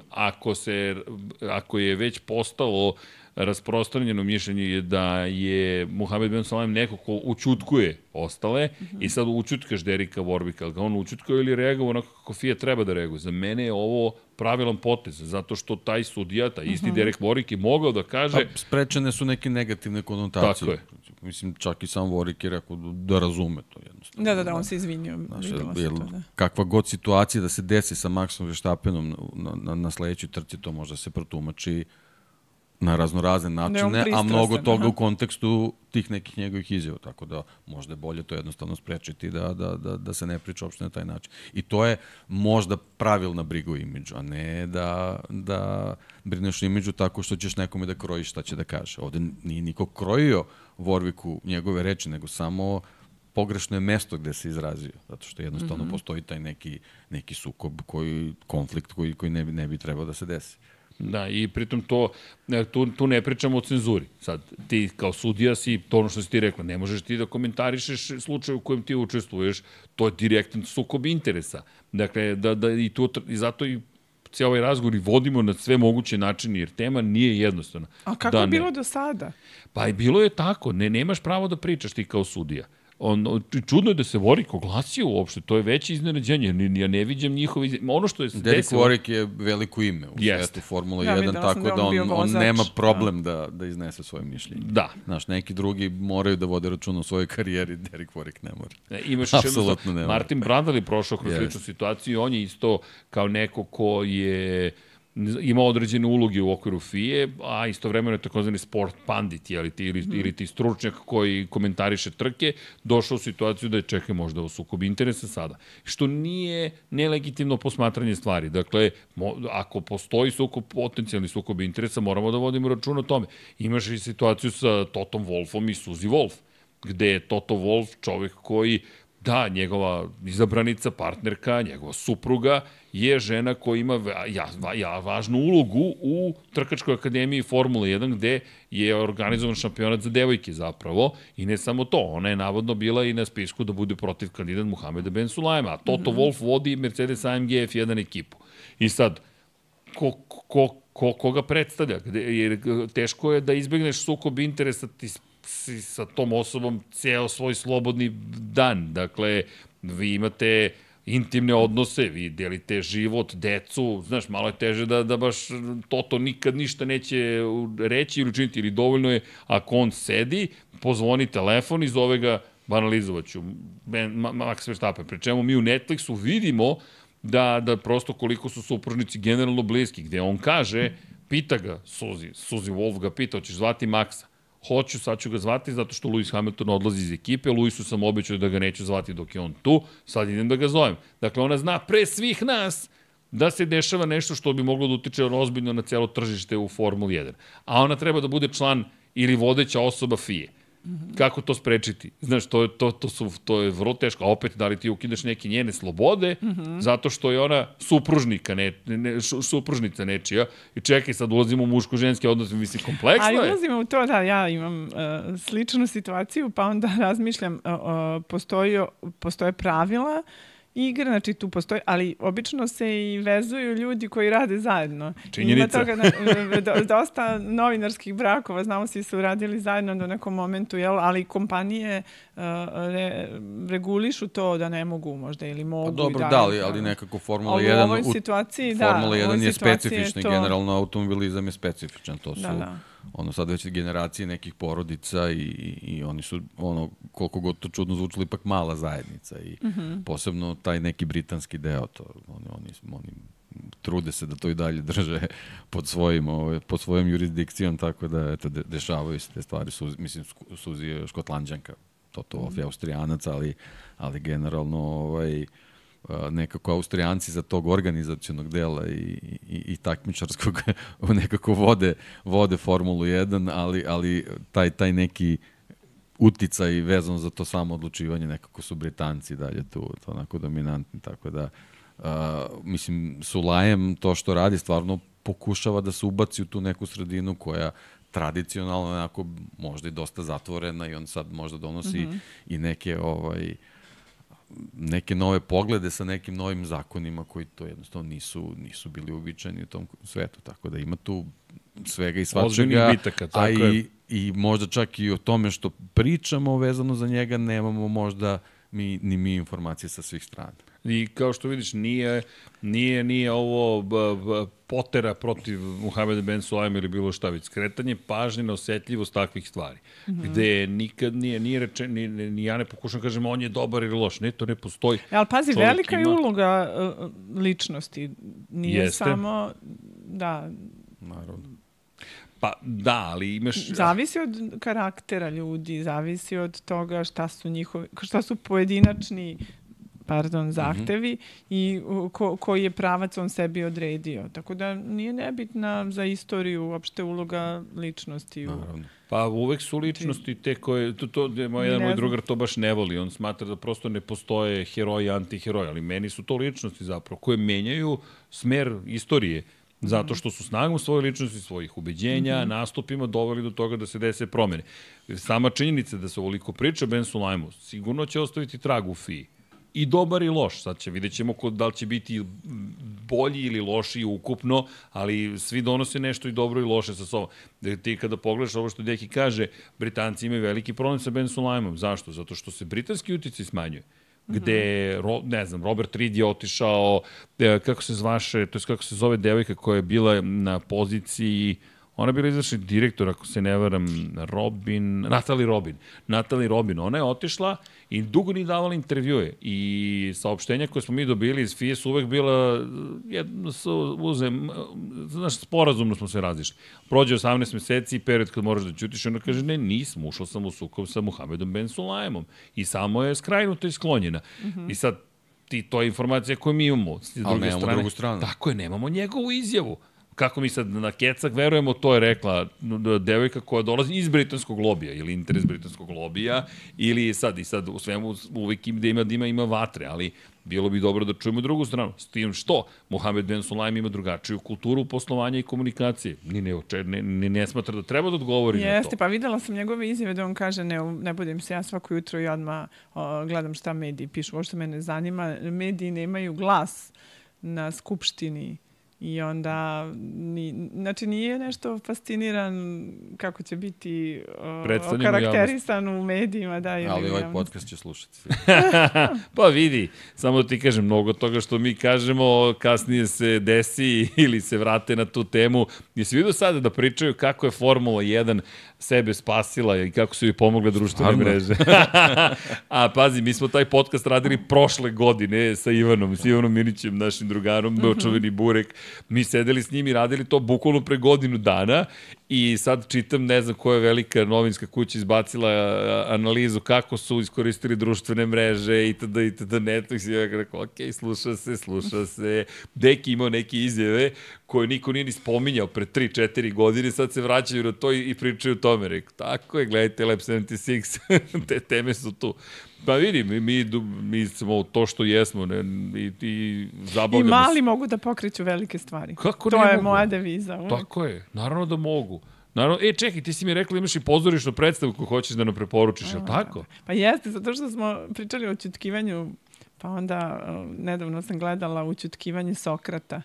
To je u Bitefu i odlična je predstava, treba je pogledati i to je baš o toj cenzuri, šta smemo da kažemo. To je 4. vek pre nove ere, ali Sokrat je svima poznat i iznosi dobre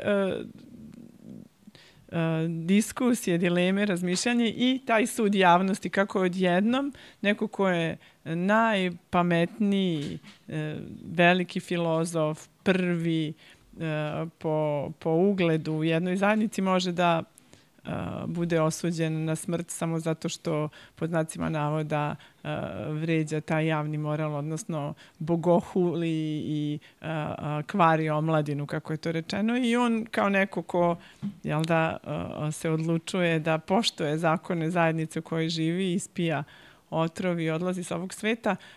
Jako je dobro i glumi Sokrata Bojan Dimitrijević, Pikac iz Vratit će se rode. Da. Odlična predstava, jako pitka, a ostavljate u posebnoj atmosferi posle nje da razmišljaš, vidiš kako je super preispitivati sve. Znači ovdje ti neka zajednica kaže ne smeš da preispituješ, ovo su postavljeni principi i ti se krećeš u okviru ovih normi. A zapravo ako si misleće biće, ti ćeš da preispituješ, tako i ovde. Zašto ućutkivati, zašto onemogućavati nekome da se ispolji. Tu je sad i pretiti lovom na vešticu, u stvari. Da. Ko se ne plaši lomače, dobro će proći. Da. Pa znaš šta, ali ima i nekog konformizma. Imaš i među nama ljudi koji kažu, šta ću ja sad da ispravljam krive drine, ali mislim da je važno da se bori. Pogotovo oni koji su borbenog karaktera, oni treba da predvode. Jer nije dobro utapati se u... da ne bi narušavao neku svoju lagodnost života. A baš, znači, oni koji su istoreni treba da vode tu bitku. I pogotovo oni na koje se to najviše odnosi, a to su vozači.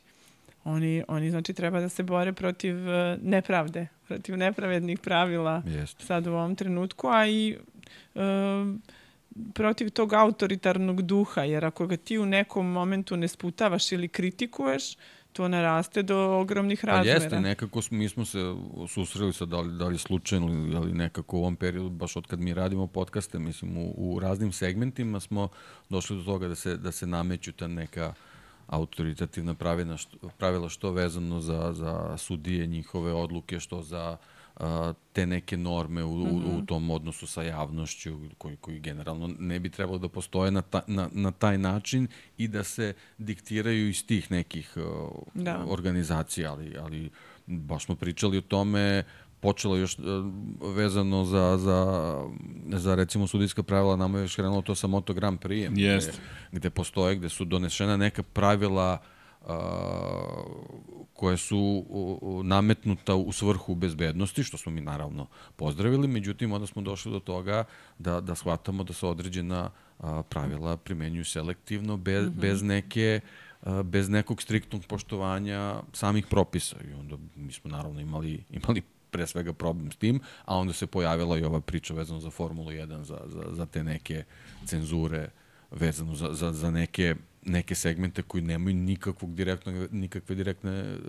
nikakve veze sa samim takmičenjem. Pa da, nego služe za treniranje strogoće.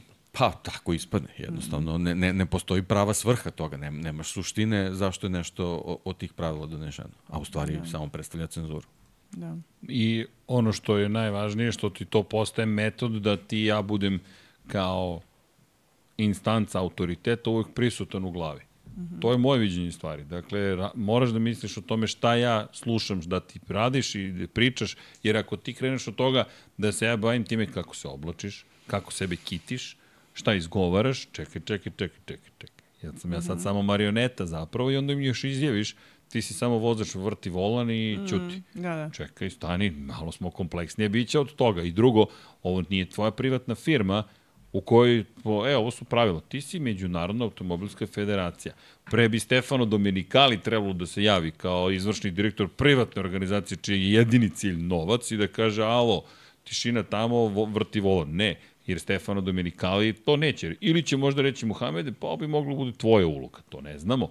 Mi sad možemo da spekulišemo, ali dođeš do toga da vozača ne žele da banalizuju. Ja to ne prihvatam. Svi smo mi ljudska bića i svi imamo svoje... I to ograničenje. Pa ti si samo vozač, nemoj da se baviš nečim drugim. Šta to znači? Da. Ti si samo radnik u fabrici, nemoj da se baviš ničim drugim. To ti je poruka. Ali problem što se dešava neko navodno klasno raslojavanje, misliš da si bolji zato što si vozač Formule 1. Čekaj, stani. A ko ti to poručuje? U momentu kada sport postaje sport za ultra bogate. Jer, gde će Madrid da zaradi gro novca? Pod VIP paketa. Tako što ćeš ti kao u Las Vegasu i Majamiju da prodaješ gondole iznad staze za $20.000, a je li to najmnogobrojnija publika? Je li ti sport nastao na leđima ultra bogatih koji sede u gondolama iznad i gledaju, ili ti je nastao na leđima ljudi koji, nije to tužna priča, nije socijalna priča, nego ljudi koji to obožavaju, gde ima i ultra bogatih, i siromašnih, i srednje klase. Kao u konjskim trkama. Da. To su zanimljive stvari, jer ti kada pogledaš kako se, i onda kome sve to služi. I zato ja volim što moramo da imamo, i ti si lepo rekla, buntovnike i vozači Formule 1, da, imaju političku moć, samim tim su opasni za neke, jer mogu kao junaci, kao ličnosti da promene tokove. I tokove komunikacije i da kažu omladini, bunite se, zašto? Zato što moramo ponekad i da se bunimo. Ne ponekad, često. Uvek, tako je. Uvek kada osjećate to u stomaku, tu nepravdu i kada ste u pravu. Zbori. Da. Zbori. I da formirate taj neki prsten solidarnosti, jer međusobno, kad smo zajedno, jači smo. To je jasno. I kad se ovakve teme preispituju, znači kad mi stvarno imamo za i protiv, to je pravi put do nekog rešenja, iako mi ne možemo nikad da nudimo gotova rešenja. Sad kažeš, ovo ćemo da preko kolena rešimo, a ovo za ovo nam je potrebno, ne znam ni ja, duže vreme. Mislim da smo ipak kao društva svi još uvek zreli da razlikujemo to. Šta nam je neprihvatljivo u ovom trenutku? Mislim da nije u korist Formule 1 da svoje igrače tretira kao što su oni rekli kao decu, odnosno ne kao odrasle ljude. Ja volim stalno to da spominjem. To se pojavlja u raznim dokumentarnim filmima, mislim između oslog i Ayrtonu Seni. Jean-Marie Balestre u jednom trenutku bio predsjednik Međunarodne automobilske federacije, čuveni predsjednik Međunarodne automobilske federacije, vezano za jednu trku, pošto uvek postoji vozački briefing pre trke, gde vozači govore šta je neke svoje utiske oko same staze, da li trebaju u posljednjem trenutku se donesu neke bezbednostne promene, i to je bila neka promena vezana za postavljanje nekih čunjeva na stazi. Naravno, ispostavilo se su vozaču pravu, što se posle videlo na samoj trci, ali u trenutku kad se taj briefing završavao, Jean-Marie Balestre je doneo odluku tako što je rekao, zapamtite, moja odluka je uvek najbolja odluka. Tako da se vjerojatno neki rukovode time i dalje. Da, deluje da se lako usvoji metod određeni. Inače, kad si spomenula Sokol... ali uvek je bilo da neko kome manjka autoriteta potencira na to. Potencira taj autokratski model, to je ne možeš da pušiš u redakciji, ne može da se, zabranjeno pušenje, zabranjeno nošenje šorceva, tako da kad se pređe na te mere, odmah vidiš da je tu neka kriza autoriteta. ili znanja i kompetencija. Da, a izbegava se suština. I nemogućnosti da se kroz razgovor argumentima neko ubedi, već silom. Da, to je. Kad dođe novi urednik redakcije, promeni stolice. Znači, to je najvažnije. Da. Da, i ta instant promjena, to mi je isto super. No, onaj moment kada se kaže, prva stvar koju uradimo, menjamo sve što je bilo do sada. Čekaj, možda da saslušaš i pogledaš šta sve radi ovde, pa ćemo onda da, lako ćemo da menjamo, ali ajde da shvatimo šta funkcioniše ili ne funkcioniše. To bi bio prvi potez, neke analiza i to nekim timovima, kao pa nije ništa novo doneo, a već je stigao. Pa ne timovi, čekaj, stani. Neke drevne civilizacije su opstale baš zato što su neku tradiciju poštovali i nisu baš menjali sve što donesu neki nova vremena, novi ili trendovi. Ne odmah. Ili ne odmah. Saznaš šta ti odgovara, šta ne, tako je, neki proces postoji. A sve koji su onako probali na ura i nešto nisu opstali. Baš. Da. I inače, apropo Sokrata i ta cijela priča o Sokratu, meni se mnogo dopada, jer i za Sokrata je važilo da je on sa svakim umeo da priča, da je sa svakim pričao. I to je taj jedan moment razumevanja, ajmo da razgovaramo. I to je ono što ja mnogo volim i mnogo sam srećan i ponosan što je UNESCO to Borislav pre svega u nama prepoznao, hajde da razgovaramo. Pa čekaj, Sokrat ti je učitelj Platona, Aristotela i tako, a to su sve naše... Tako je.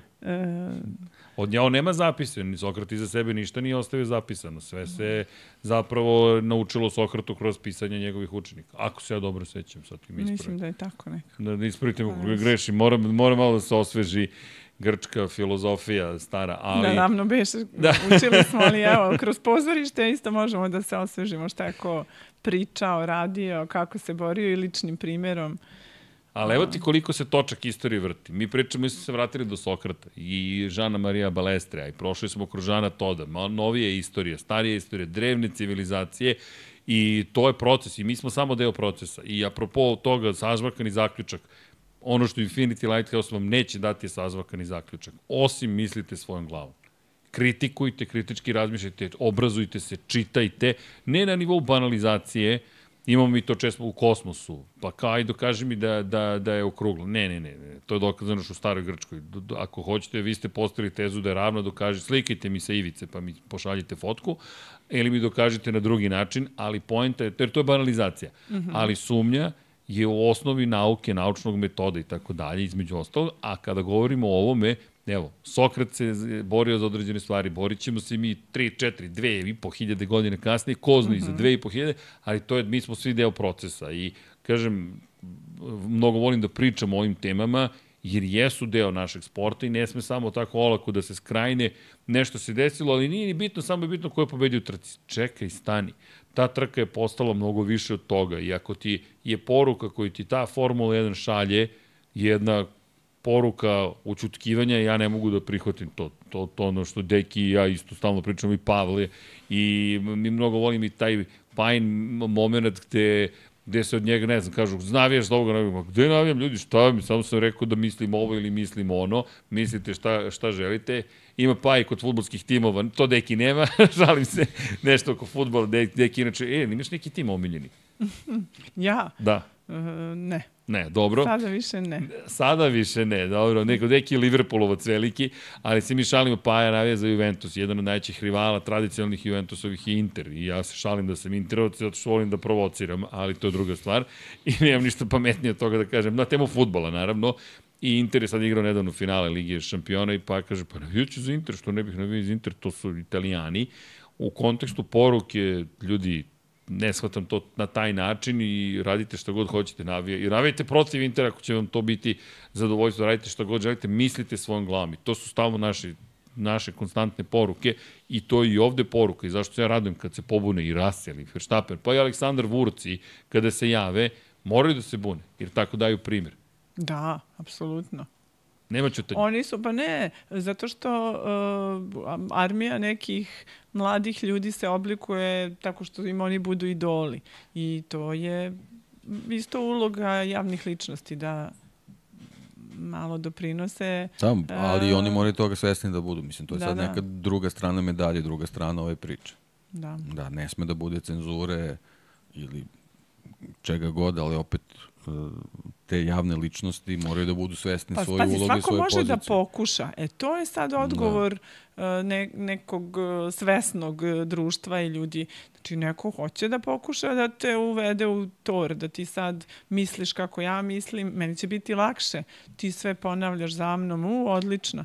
Ali kad se s druge strane pojavi osoba koja to preispituje, koja kritikuje, mi smo još uvek u društvima u kojima je poželjna kritika, nismo još na nivou da, mislim, ne treba da se neko ekskomunicira. Znači, mi smo još društva u kojima diskutujemo, tražimo tako najbolje rešenje i to je nešto što treba da se neguje sad. Zato je taj Max Verstappen i taj Yuki Tsunoda ne gube oni svoju publiku zbog toga. Samo, mislim, i ova priča je bila samo pogrešan je način kako se neke stvari koje oni izgovore ili urade interpretiraju. Mi s tim u stvari samo imamo ovde problem.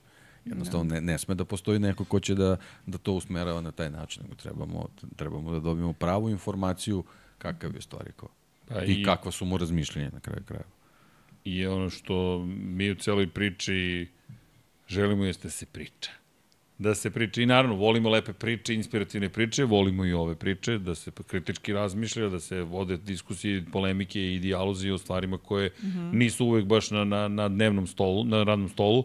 I hvala ti mnogo. Ja ne znam da li smo pokrili sve. Mi možemo pričamo još mnogo, verovatno, ali Deki, pa ne, mislim da generalno ovo je i uska tema vezana za taj neki naš sport. Mislim, generalno cenzura u sportu i u sportskom novinarstvu je jedna jako, jako široka tema. Jeste, da. Koja, mislim, to tek pokriti, to je... Tu ima mnogo drastičnijih primjera i čak i u nekim različitim segmentima.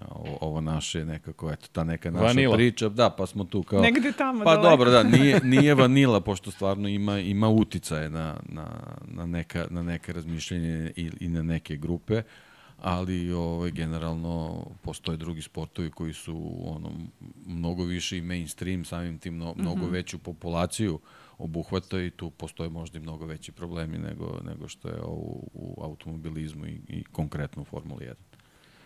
Deki, hvala, kao i uvijek. Mudre reči. Pa jeste, Deki, kažem, Deki jedini od nas ima uredničko iskustvo, jedini imao obaveze i pristupe koji su drugačiji. Ja nikad nisam bio urednik, uvijek sam bio ili novinar ili komentator i potpuno drugačije kad imaš tu ulogu. Ne znam ni da li bih mogao da budem urednik. To hoću da ti kažem. Mnogo je lagodnija pozicija novinara u odnosu na urednik. Ja nisam sigurna da bih voljela ili mogla da budem urednik danas u medijima kada se dnevno izbacuje po 100-200 naslova na sajtovima. To je kao da ubacuješ ugalj u onu lokomotivu. Znači, to se loži za minut prođe 2-3 minuta prođe važnost neke informacije na kojoj si ti radio dan, dva ili... Da, i da gledam Deki ima mudrost koju ja ne posjedujem. Ja suviše... Deki... Dobro, već ćemo neprijatno pa ću da stanem, ali samo volim te Deki. Ne, Deki je baš pravi urednik i ima to razumevanje. Ja nisam siguran da bi bio toliko nežan ili staložen kao što je Deki, tako da... A to je opet, rekli smo, stvari karaktera. Jest. Nisu svi urednici takvi. Da. Ne znam, to znam, vidi, to znam, nisu sigurno, ali dobro. Ima urednika od kojih učiš, ima urednike koje pamtiš po lepome, koji su ti rame za plakanje i oslonac i da te zaštite. To je jako važna uloga urednika, da zaštite novinare, da mogu da rade onako kako treba. A danas je retka situacija da imaš urednika koji će da te štiti i da ti kaže, slušaj, sve ovo ti uradi, a kad dođe do kritike, ja ću govoriti, ovo je šta ovaj moj uradi, ali dobro, objavili smo i to je to. Zanimljivo. A danas imaš urednike koji često su tu da suzbijaju novinarstvo, a ne da ga podstiču. Zanimljivo, sada gledam iz perspektive šefova timova Formule 1, oni zapravo imaju i tu ulogu uredničku. Bio to Toto Wolff, bio to Christian Horner, oni su ti koji treba ti daju podršku u krajnjem slučaju. A dobro, mislim, urednik ti je vrsta menadžera. Jeste. Samo sad, naravno, kako vreme prolazi, mediji su malo drugačiji, ali generalno to je ta neka suština. Mislim, urednici su ta karika između to nekog, kažemo, vrhovnog vođstva Da, nije loše da se zna kako mediji funkcionišu. I dole, da kažeš, novinara koji u stvari su okosnica toga što se tu predstavlja. Od njihove znanja, dinamičnosti, želje da nešto proizvedu novo, da se pristupa. Od toga zavisi kvalitet medija. Spomenula si, izvini, strukturu medija. Na primjer, neka struktura bi bila, postoje vlasnici medija i postoji glavni odgovorni urednik, popularni glodur. Ali, dakle, glavni odgovorni urednik je zaista glavni i odgovorni urednik. Ali njegov posao je takođe da zastupa redakciju pred vlasnicima i obrnuto, vlasnik je pred redakcijom i naravno da bude ono što je Deki upravo objasnio, ta karika koja nas spaja, gde on treba da zaštiti novinare od vlasnika koji dođe i nešto kaže, ne pričaš ti s novinarima, ti pričaš sa mnom. Tako je. Ti pričaš sa mnom. Ja ću posle da pričam s novinarima. Šta ću ja da pričam i šta ću ja da im kažem? To je moja odgovornost. Zato postoji glavni odgovorni urednik. To je baš njegova uloga i to ti kao i često u životu. Jednostavno imaš jednu ulogu kao unutra, jednu ka spolja i dalje to spolja u okviru same vaše strukture ili je javnost, to je druga stvar. Ali to je uloga glavnog i odgovornog urednika. On je ključna ličnost, centralna ličnost. Pa vidiš da li mediji diše, da li mogu novinari da dišu ako je glavni urednik slobodarskih uverenja i ti tačno vidiš koji su novinari u dobrom zdravlju, u dobrom duhu, mogu li da rade ili to ne. I zato je jako važna uloga urednika danas i podržavati dobre urednike, to je super. Ja mislim da u Italiji urednici mogu da dobiju otkaze, novinari ne. Ako se dobro sećam njihovih zakona, gde i pokušaju da se zaštite novinari upravo na taj način od pritisaka, pa mi je sad zanimljivo iz perspektive vozača koji zapravo ispade sada novinar zapravo, on je taj koji se obraća javnosti, ali mi je zanimljivo, paralela mi je zanimljiva. Ali dobro, ali mnogo ti zavisi od toga. Konkretno ja sam učio u žurnalu, pa u politici pre svega, samo bih zloupotrebio, Deki Stević je bio moj urednik, mada sam odrastao s jednim urednikom, sa mojim tatom Pavlom Ercegom, to je bio najteži urednik, da znaš, ali to, Danilo Šotra, ne znam, Zoki Petrović, sve ljudi koji, nažalost, više nisu sa nama, ali ih pamtim. I nisu bili jednostavni, cepali biti tekstove, nisu imali nežne reči u komunikaciji, ali su nas naučili. I baš su bili vredni, makar ono što sam bila moja iskustva, Vlada Dedić, Ratko Pavlović, to su u politici sportskoj, Živko Baljka, ne znam, svi su te učili. I to isto bilo lepo što sediš nekim ljudima koji su voljni da podeli znanje sa tobom i to druga vremena, pa ti kaže, mali, dođi vamo. I onda ti otvori tekst, jer su čitali sve tekstove i kaže, šta si htio da kažeš ovde? Može da mi objasniš ovu rečenicu, ovo, nisi baš najpismeniji i nije bilo mnogo nežnosti, ali se učilo i znao si uvijek da im je nekako cilj da ti budeš bolji. Apropo kritike, samo kritike. I ne znaju svi da se izraze na nežan način, ali to treba vidjeti šta je suština reči koje ti šalju. Apropo Jukija i Maksa ili ovoga ili onoga, ne izražavamo se. Svi ne dolazimo sve iz istih kultura. Da. To je isto mnogo važno. Juki dolazi iz Japana, Max iz Holandije, koliko god da smo globalizovani, postoje razlike i u percepciji sveta. Pa i Mohamed Ben Sulayem dolazi sa Bliskog istoka, sve to utiče na nas. Dakle, postoje razlike, ali one su lepe, heterogeni svetovi. Dobro, ne znam, mi smo... ti znaš da ja mogu pričam da je još, ali... Otvorili smo neku temu, sad će svako da... Pa ne jednu, nego, tako da mislim da je bolje da stanemo ovdje. Treba biti još emisija. Ali biće. Dragana, ja se nadam da ćeš nam dolaziti još. Ne izmislit ćemo mi neke teme, s tobom je uvijek lepo pričati. Da, morat ću malo sada pomnije da pratim trke, sad kad dođem sledeći put. Nećemo te toliko maltretirati sa automotosportom, naći mi neku temu da bude malo šira priča. Kad sledeći put dođem, kad vidite, kad počnem sa igračima. Ne, pratiti Formulu 1, a i konjički sportove, to bi su mogli da ispratimo takođe, ali da, bilo bi lepo. Pa to je jedan super sport. I taj poseban žar i interesovanje sam osetila kad sam bila u Engleskoj. Tamo sam išla na najvažnije trke u okviru te triple krune koja je značajnija događaj u životu jednog konja ili u životu vlasnika konja i onda ti vidiš kako je to sve pod nekim isto posebnim nabojem i da je to za Britaniju to su posebni dani, to je spektakl i stvarno adrenalin, to je nešto možda što spaja, taj adrenalin je poseban, verovatno i u Formuli 1, nisam nikad gledala uživo, ali mislim da je to negde uporedivo. Da, to je zanimljivo, da vidiš trostruka kruna, ne znam šta bi bila trostruka kruna, morat ću ja sad da naučim. Šta je vezano za konjički sportove, tako je. I evo, i to ti je opet veza, trostruka kruna u automobilizmu, 500 milija Indianapolisa, Monako i 24 časa na Mara, koji je u toku upravo, i imaš naravno sad konjički sportove i tako dalje. I Amerikanci imaju svoju trostruku krunu itd. Pa da, pa iz konjičkog sporta ti potiče reč derbi. Mislim, to je najvažnija trka u sezoni trogodih konja i onda odatle potiče sve ono što mi kasnije smo počeli da koristimo i za druge sportove, derbi, odatle. Da, to vidiš, vrlo zanimljivo. Kad krenem sa konjičkim sportom, ko zna koliko stvari ćemo povući zapravo da dolazi iz tog dela, iz te istorije praktično. Dragana, šta da ti kažem nego hvala ti mnogo što si bila. Nadam se da ti je bilo makar zanimljivo. Hvala vama. Ova tema je baš bila zanimljiva. Hvala. Deki, hvala i tebi. Hvala tebi. To je neka naša interna šala, da. Ali zaista ti hvala, Dragana Bjelica, pre svega neko koga ja zaista mnogo cenim i mnogo volim da učim od tebi svaki put pričam s tom, mada sledeći put moramo manje da pričamo telefonom u okviru priprema, jer se onda podcast prođe pre nego što stignemo, ali dobro, ovo je bilo prvi put da te baš ne uhvatimo na prepad. Sedi Dragana, sad ćemo da krenemo u akciju. Dama koja vodi obrazovni deo Udruženja novinara Srbije i imali smo i čast da budemo deo tih povremeno projekata i programa. Hvala ti na tome, to isto bilo lepo. Hvala tebi i sad pošto sam hvalila Dejan, tebe isto moram da pohvalim da si predavač uvek par excellence i to. Hvala.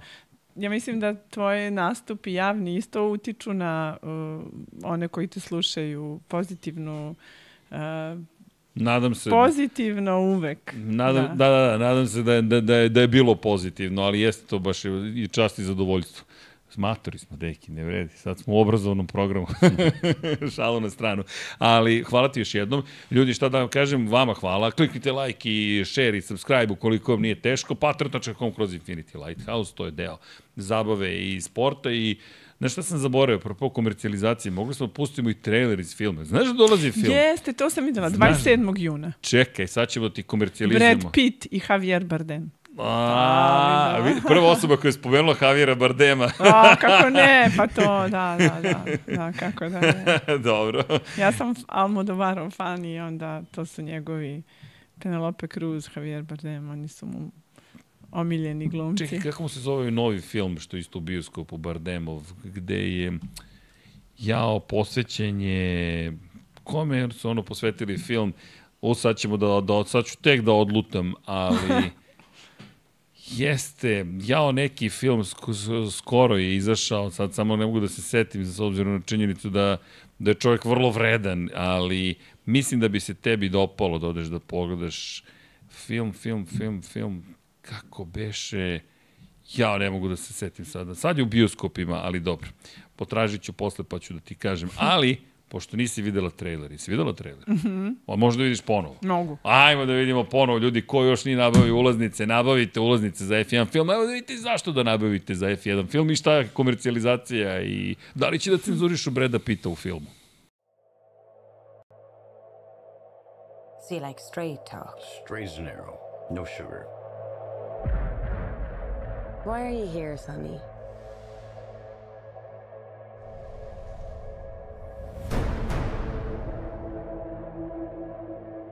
When you look in the mirror, you see this rough and tumble, old school cowboy. Doesn't take orders, goes his own way, huh?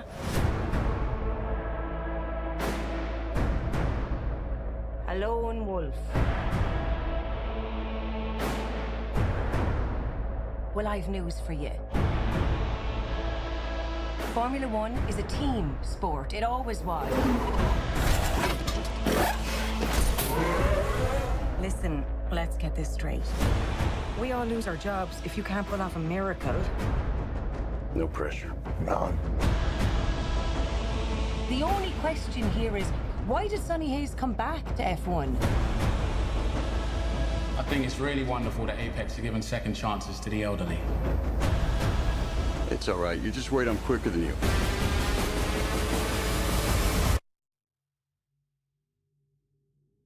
You're making a mistake, thinking that I'm just gonna be some grateful kid who'll bend the knee to an old timer. I never should have pulled you into this. Down the inside, contact! That's the other driver. You say he was old, he not that old. That's a handsome man right there. What's he doing? Plan C, be ready. Just gotta hope for some lucky breaks. Hope it's not a strategy. Anything else, Professor? Try fast. Ever seen a miracle? Not yet. How do you think I'd feel if you die on the track? 3 laps. 3 laps is a lifetime.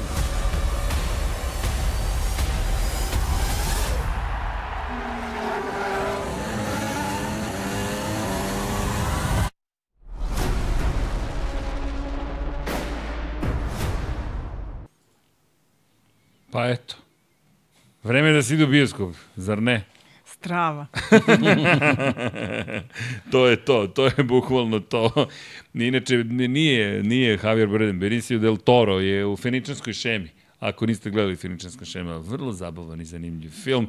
I imam još jednu samo reklamu da ti prodam u okviru naše komercijalizacije. To je ako voziš automobil, obavezno na OMV stanice instalira OMV MyStation aplikaciju, skeniraš QR kod, skupljaš poene, petak, subota, nedelja, vikend, akcija, $6 po litru imaš popusta za Max Motion goriva, koje su najbolje, zato što koriste CleanTech Plus tehnologiju i u dizel i u benzinskim motorima, benzinski motore kada se sipa gorivo, sve dobiješ kako treba, pročistiti motore, duže traju, bolje se vozi, leto je, treba voditi računa o svojim ljubimcima i iz perspektive podrške nama, hvala OMV-u i onda instalirati i dobiješ 2 poena, inače po litri za Max Motion, 1 poen dobiješ po litri za klasična redovna, to je standardna goriva i $2 po litru popusta, a onda te poene pretvoriš u trenutke radosti i podržiš Lab 76 zato što Lab 76 OMV podržava i svi budemo još veseliji i srećniji. Je li tako, deki? Tako je. Full komercijalizacija, sad čekamo, ako nabacimo još nekog sponzora, onda imamo podcast samo sponzori.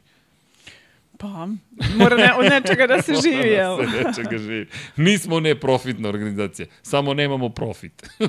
Šalu na stranu, ali činjenice da se mi lepo zabavljamo još uvijek i evo. I ovo ti je neka budućnost takođe novinarstva. Sami smo smislili, sami napravili, ludilo je kompletno i idemo dalje u akciju. I hvala ti puno još jedno. Hvala vama. Hvala. Ne, čovjek pomisli sad će neka izjave, nešto. Šalu na stranu. Ali ljudi, idemo da se pozdravljamo. Ovaj troplan je savršen. Inače, znaš kako se mi pozdravljamo na kraju? Mi kažemo ćao svima. Sad, obično ima neki broj, neku izrečicu, nešto, ali hajmo za kraj. Imaš neki omiljeni broj? 3. 3. 1, 2, 3. Baš je jednostavno. Ima nas i 3, tako da tamo na 3 kažemo ćao svima i to je to. Ti pogledaš tvoju kameru, Deki ima svoju, ja imam svoju, onda izgleda kao da svi gledamo u publiku. I Diba sam nasmeo, tako da je sve kako treba. Ljudi, bilo ovo još jedno izdanje UNESCO-ih podcasta i nadam se da smo pokrili temu Formula 1 i cenzure. Dragani, hvala još jednom za posetu, hvala za društvo, uvek lepo i uvek zadovoljstvo sa tom razgovarati. Deki, standardno, hvala ti, mi se družimo vjerojatno u četvrtak kada je reč o našim nastavcima, putešestvija, pošto je vreme za Mugello, ali o tom potom za sada. Veliki pozdrav i cijeli ekipi Infinity Lighthouse i Lab 76, ostanite naravno uz naš kanal, kliknite subscribe, delite, zaprati, like i budite tu, a mi ćemo sada da odbrojimo i da završimo. 1, 2, 3. Ćao svima! Ne moramo biti stvoreni za vrhunske performanse da bismo ih dostigli. Napuni motor energijom uz naše novo OMV Max Motion Super 100 Plus gorivo sa CleanTech Plus formulom. Za još bolje čišćenje, snažne performanse i kretanje koje traje i traje.